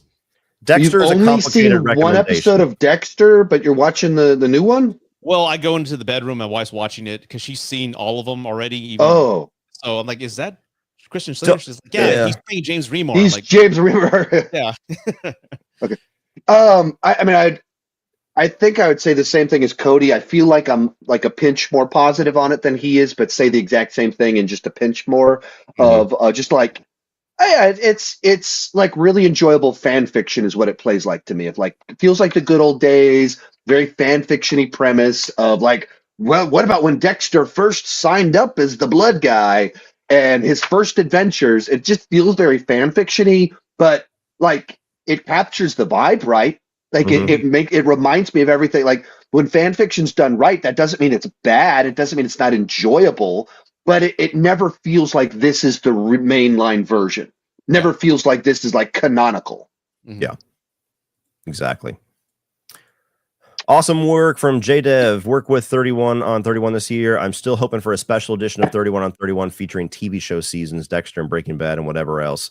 The hard thing about that, like it would have to be something that all of us have already seen them and are well versed and don't need to rewatch them, because it's already a gargantuan amount of work for me and Sean, especially, to just watch 31 films to prepare for one of these. You're talking about 31 seasons of television that are anywhere from 10 hours to 20 hours a piece. Yeah. And so like if we were to do Dexter, Breaking Bad, The Shield, things like that, I'm fresh enough on those that I could do it. But I think everybody else is missing at least 1 or 2 of those shows. And so it made me rewatch The Shield. I'd appreciate it. But otherwise, I rewatched Breaking Bad and Better Call Saul last year. I'm rewatching Dexter right now and lead up. So maybe you've got something there that would be right up my alley. Yeah. So it might happen as like some little special snapshot in time in the future. I know Charles has not seen The Shield. Brian has not seen Dexter. Rudy has not seen Dexter. I don't even know if Rudy has seen Better Call Saul. Have you? I've seen the first 3 seasons. Okay, so no. So yeah, there's just a lot of work for us to like put that in stone. If it comes to a point in time where all of us have suddenly seen a number of shows that add up to 31, maybe we'll do something special in the future. But that's a very hard one, just logistics wise. Yeah. Though it would be a lot of fun. Peter, have any of you seen the German Netflix series Dark? It's the best written time travel story I've ever seen. Recommending it big time. I've never even heard of it. I've never seen it, but this is what I've heard. Okay. That like it's like the greatest time travel show of all time. Like everyone that has seen it talks about it like that. Didn't that come out like a couple years after Stranger Things? Mm-hmm. I think that's how old it is. Yeah. Okay. Interesting. Deal with Monster. I was thinking you should try a 31 on 31 popular animated franchises, Shrek, Toy Story, etc., since you've never touched that genre before. I'm sure that would be fun for Sean, and Sean's audience would love that. My video would tank because nobody even liked watching fantasy movies when I did it. So you go to animated, and I think that would get like 200 views. That would be fun to do. It's just a matter of, again, go back to logistics. And Sean knows exactly what I'm talking about with this, with some of these themes. It's like, is the juice worth the squeeze? Is it worth 31 movie watching sessions, the editing session, plus the debrief for the amount of interest that my audience would have? I would hard say no as an assumption for that particular theme. You guys rule. What number would Evil Dead be if included? For me, it would be in the top 4 for sure, maybe higher. Original or the remake? The remake, Fede Alvarez. Yeah, because Fede Alvarez, new breed. Yeah, it would definitely top 10, most likely top 5. And John Connor is also the one that I said I gave a shout out to earlier that does a lot of these stats for us. So huge shout out to him. Hayden Baker, just wanted to say thanks for all the hard work and the laughs, pain and suffering and everything in between. Also, me and my dad bond over these videos and discuss them. So thank you, gentlemen. Well, that's awesome. Oh, super cool. Huge high five to you and dad. That's pretty cool. Gavin Moon, hot take. Wicker Man with Nick Cage is better than Midsommar. I enjoy watching it more than Midsommar. I would not say it's a better made film, but Wicker Man is one of those movies that you either watch it as a so bad that it's good unintentional comedy, or it's just dreadful. So yeah, I have more fun watching that. Uncle Sean, have you seen it? No. Oh wow, Nick Cage in a bear suit punching women, dude. My eyes, the bees. Liam and I were quoting the bees to each other just a day or two ago. So it is saturated the popular culture that my 12-year-old even knows the bees. It's perfectly awful. Who's more brutal, Art or James Jude Courtney's Michael Myers? Art.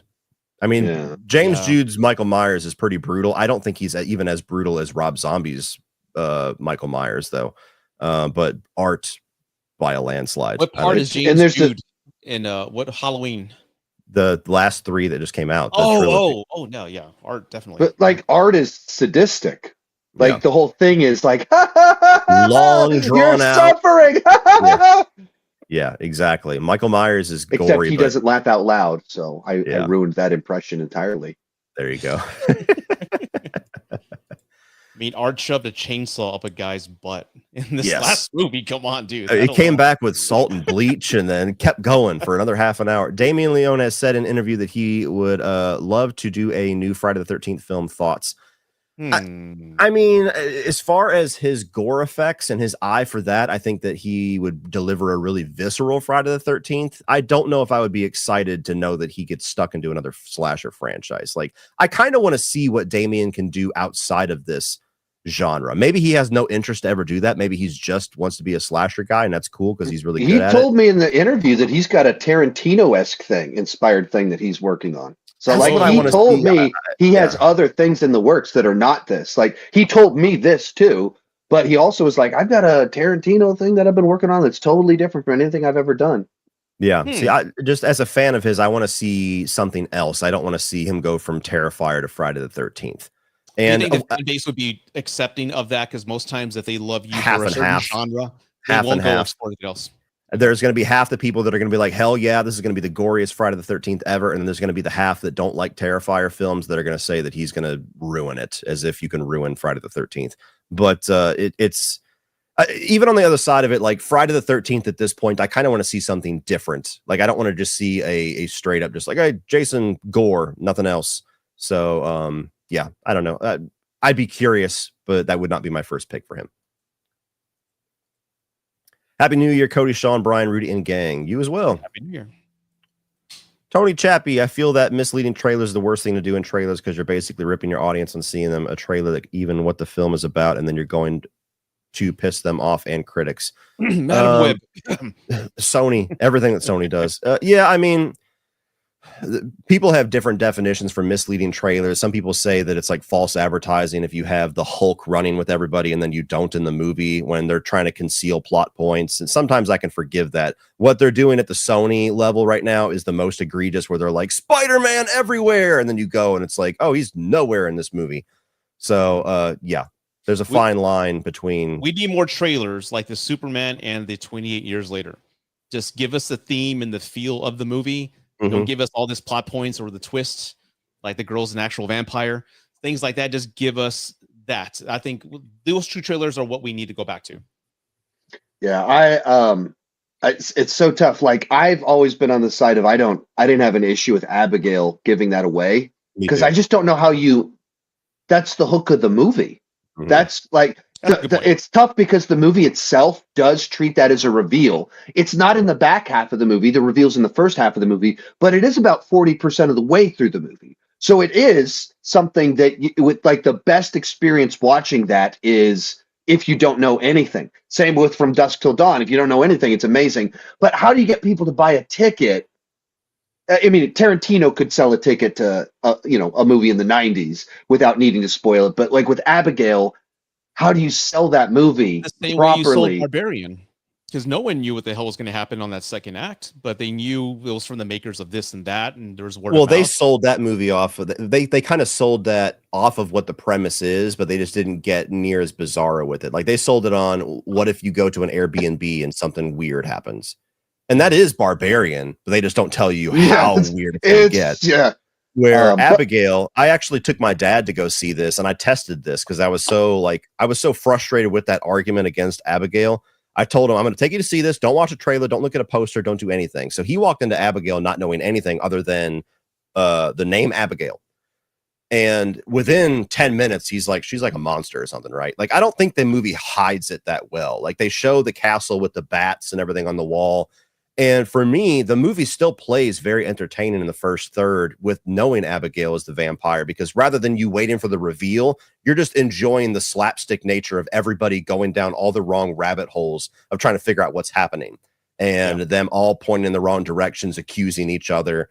So I don't know. For me, I've always felt like the Abigail trailer ruining the movie has been just a very bizarre argument. It's been, but there's so many people that really do feel that way. That's what's interesting to me. Of like, I never felt that way, because it seemed like if this isn't in the back half of the movie, I'm okay with that, and then it's not in the back half of the movie. But at the same time, like, audience are split. Should they? I don't know. But last one on this one, Tony Movie Chappie. Just want to give you a shout out. Hey man, fortunately we won't be at MegaCon this year, so we can't talk again this year at MegaCon. But Tony Movie Chappie is someone we've talked to multiple years in a row at MegaCon, and he was one of the people that sent me after Neil Blomkamp. There you go. You don't get to have me sign another copy of Neil Marshall's Hellboy. Are any? So now I want to go back to MegaCon. Like, what did he think about Crooked Man, the new Hellboy movie? There you go. Because Tony Movie Chappie is a passionate defender of the 2019 film. And so we got a new one coming, so I wonder what he thought about it. I don't know. We'll find out, hopefully. Are any of you disappointed that Fede Alvarez is sticking with Alien instead of telling original stories and going to other franchises? I mean, he's one of those directors that, like, I'm always going to be kind of equally excited. Like, if he wanted to do another Evil Dead or if he wanted to do another Alien film, I think that's awesome. If he's going to move on and do something original, I think that's awesome, because he's knocked both out of the park. Yeah. But what I like about him sticking with Alien is that you see this scenario happen with a lot of these legacy sequels that bait with a lot of nostalgia. They did it with Ghostbusters. They did it with Star Wars, where you get the movie that feels like you get people that love it, and you get people that think it's too nostalgic. And then it's like, how do you follow up with that? And every single time they have pitched to a different director and it has crumbled, where you have The Last Jedi, which is very split, but people hate that movie. Those that don't like it. You have Ghostbusters Frozen Empire, didn't do nearly as well as Afterlife. I didn't like it near as much. And so if Fede Alvarez was pitching it over to somebody else for the Alien Romulus sequel, I would assume it's not going to be as good. So I want to see how he can follow up his movie and hopefully not rely as much on the member berries. And I think, if watching all the interviews, I think a little bit on this one, you can tell he was maybe a little bit too much of pure fanboy. Like, he's working with his, like, this legend that he adores, Ridley Scott, in Ridley Scott's playground. And so you could tell that he didn't want to mess it up. That was like a very clear flavor of it. And so he doesn't mess it up. So now he has a confidence to do more of, like, what does he just want to do? But back to the question itself, I don't want him to do two more. But doing one more, I'm fine with. And let's go off and do something else, and let's see what we can do. But doing one sequel, I don't have an issue with that. Like, let's see what he can do now that he has more confidence and he knows he didn't ruin it. He didn't ruin one of his favorite franchises. There you go. Anything different to add, Rudy? No, I just he hasn't. In other words, he's done other things, and he's not typecast as the Alien guy, which is great. I mean, he injected this new freshness to the Alien franchise that has been lacking over 20 something years. So he did a great job. So no, I'm not disappointed. One more and then do something else. There you go. Tony Chappie again. It's fine, but Alien 3, the assembly cut, is my favorite. Your favorite of the two cuts, or your favorite Alien film, period? Because it's very different statements. Very different statements, sir. Disney Nerd, in this series of debriefs, including this one, Rudy has been correct a total of 8 times, Brian 21 times, Cody and CP 28, and Uncle Sean 44 times. Wow. Okay. What? Wait. So I have 44 where I was correct, and I know I have 0 on this correct. one. I know you've been most correct on a lot of them that we've done. That's where I was watching this one. I was always off by 1 or 2 until we got to X, and it was like, it's way far off. Yep. Backtrack Cinema, great stream, guys. You all continue to inspire me to be a better movie reviewer, especially you, Brian Lomax. Hey, man, I'll be glazing the guy that's not even here anymore. Alan, the callbacks and references were completely unnecessary in Alien Romulus. I almost checked out completely when Ash showed up. Overall, still loved it. I mean, I like a bit of that. I think some of it's impossible to completely avoid because there's people out there that love that. Like, as much as a lot of us like movie nerds get annoyed by that stuff, there's a lot of general audience people that you say, get away from her, you bitch, and they go, oh! And so it's kind of one of those things that's hard to avoid. I do think they did too much, though. The Ash thing... What? Well, I mean, I think there's all the different. It's a little bit tough because it's like I kind of cringe when you quote the lines like, "Hey, he said the thing." It's like, but like, there's other parts of it where you would have multiple models of these androids, so it made sense to me. There's and then of course, like, we're taking an alien that was floating in space, and so there's ways in which it tied into the plot, so it made sense to do some of that stuff. One of the things my wife said is that. What they should have done, instead of having Ash on the table where it just looked off, whenever he was on the screen, it looked fine. Yeah. And so what if you don't try and have him as a whole character in the movie, but you just do kind of this little bit where he's on the screen? The Winter Soldier thing. And it looks better. You get the reference, you get the, it pulls into the, but it's not so much like, that doesn't look quite right. And yeah, especially in a movie that has such great effects, and then you have that stands out like a sore thumb. Yep. Is Brian going to be in the 31? Yep, you pulled that one up earlier. He is. Brian is not leaving AutopStream. That's, for some reason, that was communicated in a poor way, or people have misinterpreted it. Like, Brian is not leaving the group. He's not abandoning 31s. He's just in a spot where he doesn't really want to watch as many or watch horror films, period, at least for a while. It's a mental health thing. It's a personal choice thing. So October episodes, when we're doing horror, he's most likely not going to participate. All of the mid-year ones where we traditionally get away from horror, not always, but usually, he will be there. So yeah, Brian's not going anywhere. I've had a lot of comments that are like, can you bring in this person to replace Brian? Can this person replace Brian? Brian's not going anywhere. But it just kind of jump onto that too, and I've told the group this, but like, if I sit out one next year, or that, like, don't be surprised if that happens. Yes. Like, I don't know that I'll be doing all of them moving forward, just on, like, because of the way I'd watched so many of them. It was a very hard for me when I did Tim Burton, 31 on 31, Ridley Scott. I can't do that again.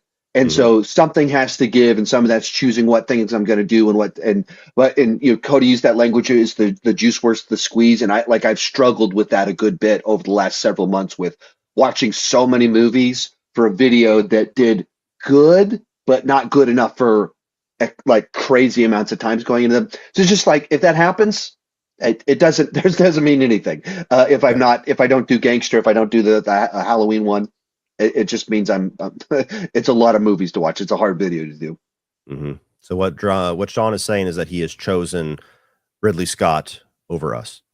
Well, no, but the Ridley Scott, I think as of last time I checked, the 31 on 31 is doing a little bit better than Ridley Scott. The Ridley Scott one didn't do all that well either. So Ridley Scott himself, he also let me down, and Tim Burton also all three of them did good, generally speaking, but not for the amount of time that went into it. So that's like a big thing I'm reevaluating, like these like mega rankings. Yeah.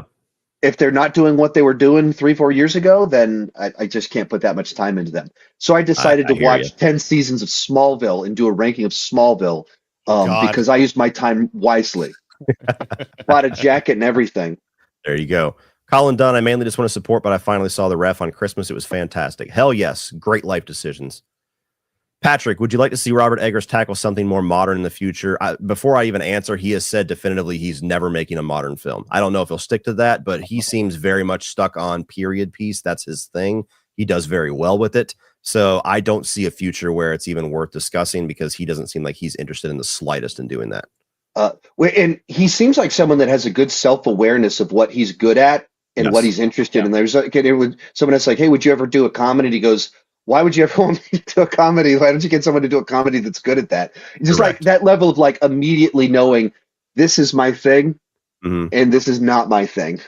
It's very similar to when somebody asked Quentin Tarantino like a decade or more ago. They asked him like, "Are you ever going to do something like a romance movie?" And he's like, "I did True Romance." And they're like, "No, like a real romance movie." And he's like, "That's my romance movie." Yes. Like, that's what you get when you ask me to. And who else is tackling those period pieces? I think he's the only one in that genre. Yeah. Yeah, so that's his thing. Gavin Moon, Cody, are you going to post all the movies in the next 31 and 31? I will. I would love to watch them all before the next debrief. I'll make an official announcement when I get like an actual sexy graphic. The one that I had was put together in literally 5 minutes, just last minute to be able to announce it. But yes, I will announce all of the films whenever people that did not tune in for this, whenever I announce it to everybody else. Joshua Nelson, what if a 31 on 31 was the underdogs with lesser known franchises like The Hitcher, Pumpkinhead, Black Christmas, Sleepaway Camp, Phantasm, Hatchet, American Psycho, Reanimator, Orphan? Well, we kind of did that with the second one. We did like the B tier with Psycho and Child's Play and Scream and everything like that.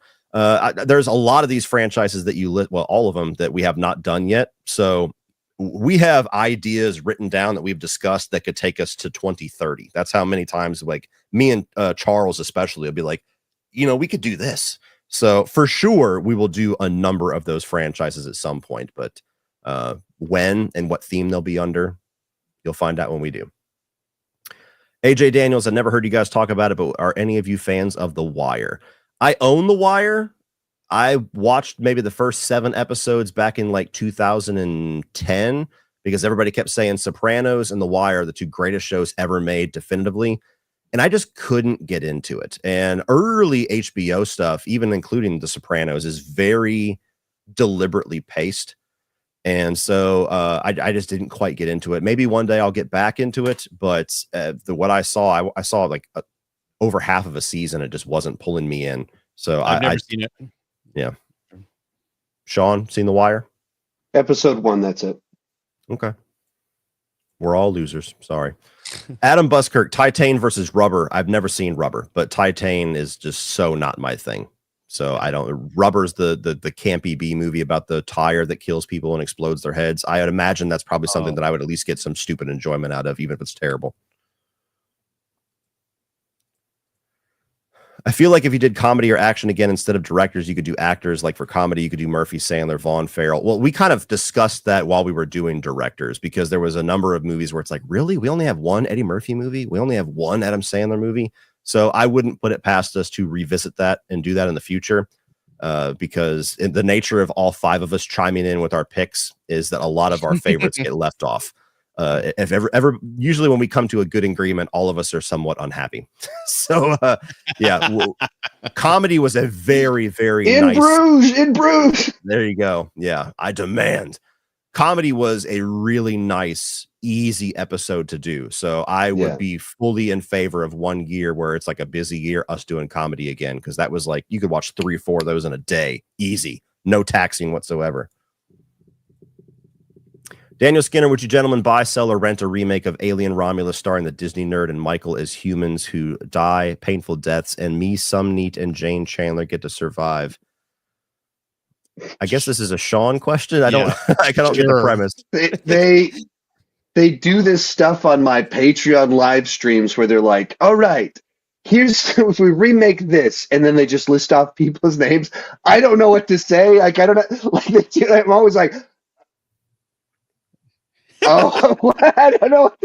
It's even more so when it's a super chat on someone else's channel, and they're like, "You listed Sumneat as a survivor, and so I'm going to sell." Yeah, there you go. Good point. I want to see Sumneat be like the guy the acid death in Alien Romulus.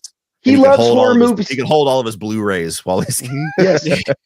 He deserves an epic death, but my mother needs to survive. Just there's actually a backstory as to why she shouldn't survive. There's a that is a Seanism that I'll share with Cody that makes no sense. But there we go. There's many of my little tales. My mother must die too. I love Abigail. Beetlejuice 2 barely dethroned it. Okay.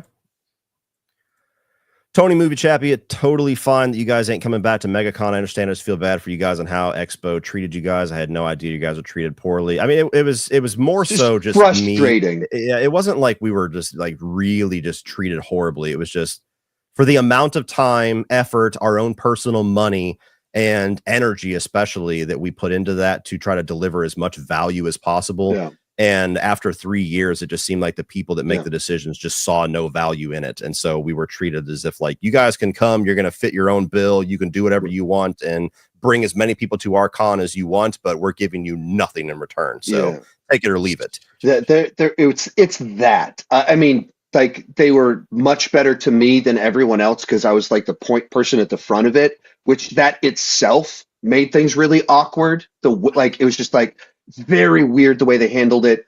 And then, like our own personal money funded 2 years of trying to do something really cool, where for 2 years we filled every single seat and there was standing room only at most of the panels. And they just didn't, they went, yeah, cool. But this one person's not there anymore. So yeah, I mean, cool. Yeah.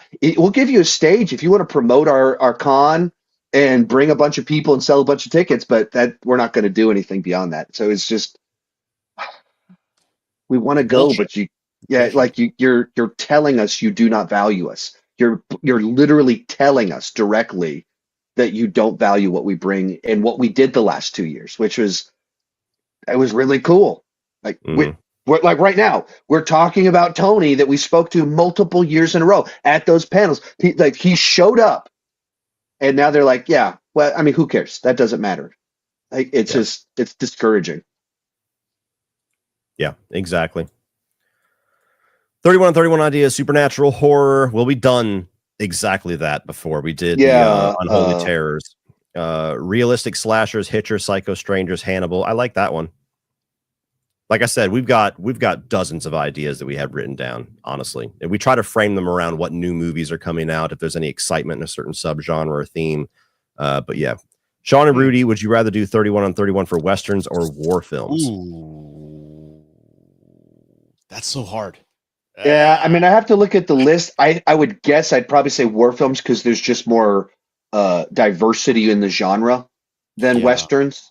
But also Westerns, most of them are probably a little bit, I don't know, maybe more digestible, or there's a higher percentage of them that are a normal length. There's, of course, epic Westerns, but every war movie's an epic. Yeah. I lean toward war movies, but Westerns, Unforgiven and Tombstone are some of my favorite movies ever. So no matter which one we pick, I'm going to have a lot of damn first watches. I'm going to have a lot of work in front of me. Those are two of my least experienced genres. Really? Yes. Question for everyone. Are you going to do a season review for Creature Commandos? And what's your excitement for Peacemaker season 2? No, I haven't even watched Creature Commandos, nor do I have much interest in it. And what is your excitement for Peacemaker season 2? Little to none. I mean, I liked Peacemaker. I wasn't as crazy about it as everybody else, but I just think the way that they have tried to do this transition reboot has been so confusing and weird. Like, what is Peacemaker season 2? Is it actually Peacemaker season 2, or is it new Peacemaker season 1 starring the same cast? Commandos, and you would know. Yeah, Creature Commandos pretty well makes it clear that everything James Gunn has done is all DCU. Yeah, that it's like from the opening scene in Creature Commandos, it starts immediately referencing Suicide Squad and Peacemaker. So that he's like, all right, all this stuff, it's not in theirs, it's in the new one. So the Flash and Aquaman showing up is explained. No, I think they're going to touch on that in Peacemaker 2, is what he said. Okay, but so it's weird. It's not clean. Like it's you can see where it's like, all right. I mean, if you want me to take over, like the stuff I already did, this is what I want to be in that world. And you just kind of there's issues, there's disconnects, but there's ways in which you can go like, okay, that kind of makes sense. Like I see what you're doing too. Like it's I don't. But yeah, immediately Creature Commandos makes it clear where the pieces he's cutting out. Yeah. Okay. Season reviews from either of you? Not for me. I touched on it on my top 20 for 2024, but it's really exceeded my expectations. I didn't expect for it to be that graphic. It's really adult content, but in a cartoon, and the origins it touches on with the weasel and everybody. It's really, it pulls on the heartstrings. It's like it's classic really James Gunn. Yeah, like characters you didn't even think or know about or care about are now household names, becoming that anyway. But it's way better than I expected. So and that's, I mean, that's the James Gunn thing of like, let's take D-level characters that nobody's heard of, that are extraordinarily weird and disconnected, and give them a gut-wrenching, highly human story. So I've only seen the first few episodes. I might do a review, but the finale drops Thursday when I'm going to be in LA. So I don't even know how that would work. When I would even film it, because I've way overbooked my schedule when I'm in LA, which Cody can attest to. But I don't know. It's on my radar to do it, but I don't feel like it would do great for me. But I'm interested. In Peacemaker, I liked season 1, so I'm excited, but I'm not like, man, I can't wait. Yeah. What episode have you seen? The first 2, you said? Yeah, I mean I guess the first 2. Okay. I have whatever the first 2 that dropped. So the last thing I saw was Frank Grillo in animation having a good time. It gets so much better. Let's check it out. I can't wait to hear your thoughts. All right. Idea for a non-member Barry Romulus follow-up. I don't really see anywhere to go without it feeling just as derivative. I would need to think on that. I can't really do that off the top of my head, like a pitch for a sequel. Do you guys have anything?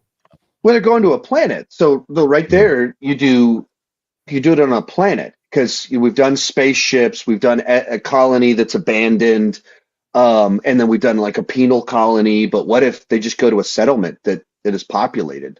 And you have an alien outbreak there. It's supposed to be going to like paradise. Isn't that like where they're supposed to be going? So what if paradise turns into hell?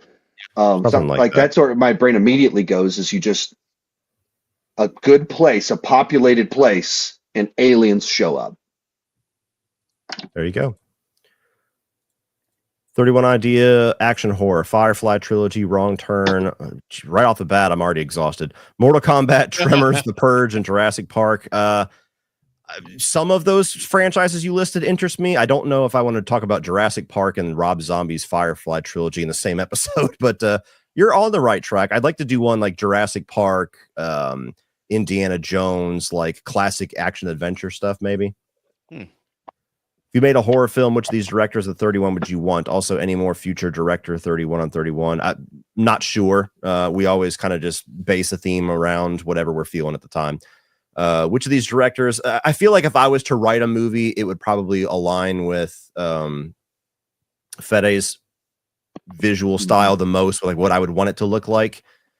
Or Mike Flanagan, depending on what type of movie I'm making. If I'm making something that's more like in the fun, crazy, zany side of movies that I love, I would want Fede. If it was something that was more thematic, I think I would go Mike Flanagan.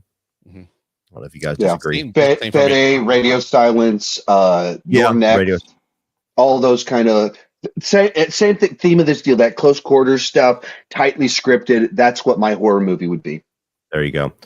Who wins in a battle to the death, Homelander or Superman? Superman. I don't know what. I haven't seen season 4, so I still have yet to see if Homelander even has a weakness. But Superman has like every power you could possibly think of, so I'm gonna guess Superman. His crippling insecurity is his weakness. There you go. Disney nerd. If I dressed up like Pearl and chased pizza rolls, Michael, Daniel, and Zachary with an axe, who would I kill first? See, exactly. See, this is my Patreon live streams right here. Is like these like deep inside jokes that like the randomness is also one of the ingredients to it, is like just like it's like inside joke inside of inside joke inside of inside joke, and then putting in super chats on Cody's channel just adds one more level of like, I don't know what to do with this. Yeah, I'll say pizza rolls just because he's the one with the crazy name. There it is. There's Tony the conversation. Chappie. There you go. Tony Chappie. I didn't hate Hellboy the Crooked Man at all. It was a lot better than I thought it would be, and I like more the low-budget, straightforward horror to it. At least it wasn't Creeper Reborn over decent 2019 rules. Okay. Felix, hey guys, big hug from me and my fiance.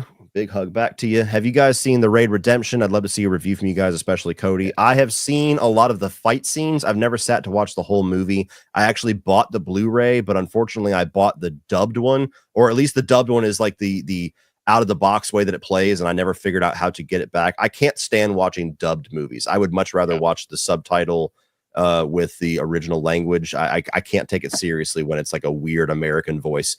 So but you've seen Dread? Yes. So I've seen The Raid. Take Dread and then put those fight scenes that you've seen on top of it. Ta-da! You could just might as review that. There you go. Sequel or the original one? The Raid? Yeah, the Raid Redemption is the first one, and then Raid Yeah. 2 is the second one. No, those are some of the prior to John Wick. These are the precursors. I mean, some of the best action sequences ever, man. So Yeah, they were massive when they came out, which is why I bought it. But then I was like, I can't do this. Yeah, I've seen the first one. It's fantastic, but like it created the because of the chatter, because of the first one being so good, it created an expectation of, oh, I need to watch it at the right time. And it's not like on a random Friday night, oh, I got 2 hours. Let me throw on this movie that everyone's told me is fantastic. And then the more time passes, the more expectations are put on top of it. Like, will the Raid 2 live up to what everybody said? Yep. And so somehow I've never seen the Raid 2, but I would love to have the occasion to do it. It's there you go. just as good, just there's a little too long. There's like one sequence there that just totally out of place. That's all I'll say. Okay. And final super chat, Daniel Skinner. Based on what Cody just said, I guess we could come to the conclusion that Cody is the most burnt out on DC content, but no worries, it's all good. I'm not necessarily burnt out on DC content. I'm burnt out on comic book TV shows because almost none of them have been good. You have exceptions like things that are outside of Marvel and DC. Peacemaker was fun, but I haven't really enjoyed a single one of the Marvel shows that I've tried to watch. The Boys is great. Yeah, The Boys, completely removed. The Boys was great. Back when Marvel Netflix existed, I loved Daredevil, but I've just been burnt out on all these different brands requiring you to watch 4 movies a year and 5 TV shows, and so I'm just like, I don't. Wait, did you see the Penguin? Penguin, yes, Penguin was awesome. Penguin was an was exception. great, yeah. Penguin was incredible. So that was also an outlier, but I also was kind of slow to watch that one. It took me like 4 episodes to get into it. But anyway, Creature Commandos being a cartoon doesn't help. I tend to be resistant to that. Just, I don't know, ignorance, I guess. I'll take the L on that one. But it's not DC content. It's just I'm burnt out on having so much homework to keep up with every single one of these franchises, these universes, and Marvel especially has let me down consistently with their TV shows. The last one I enjoyed was the Luke Cage one. I think. Yeah, I didn't even care for that. I loved all 3 seasons of Daredevil and the first season of Jessica Jones, and that's it. Yeah. Daniel Skinner made me send this super chat. Okay. Nice. Well, that's it, guys. That's going to be the show. We would stay and hang out longer, but it's been almost 3.5 hours, and we were trying to get out of here in 2, so we failed miserably. And my wife has already texted me because I texted her an hour and a half ago saying we're almost done. So everybody, thank you so much for joining us. We finally got to it. Looking forward to seeing everybody in May for another one. And make sure to subscribe to everybody's channels. And with that, we will see you next time.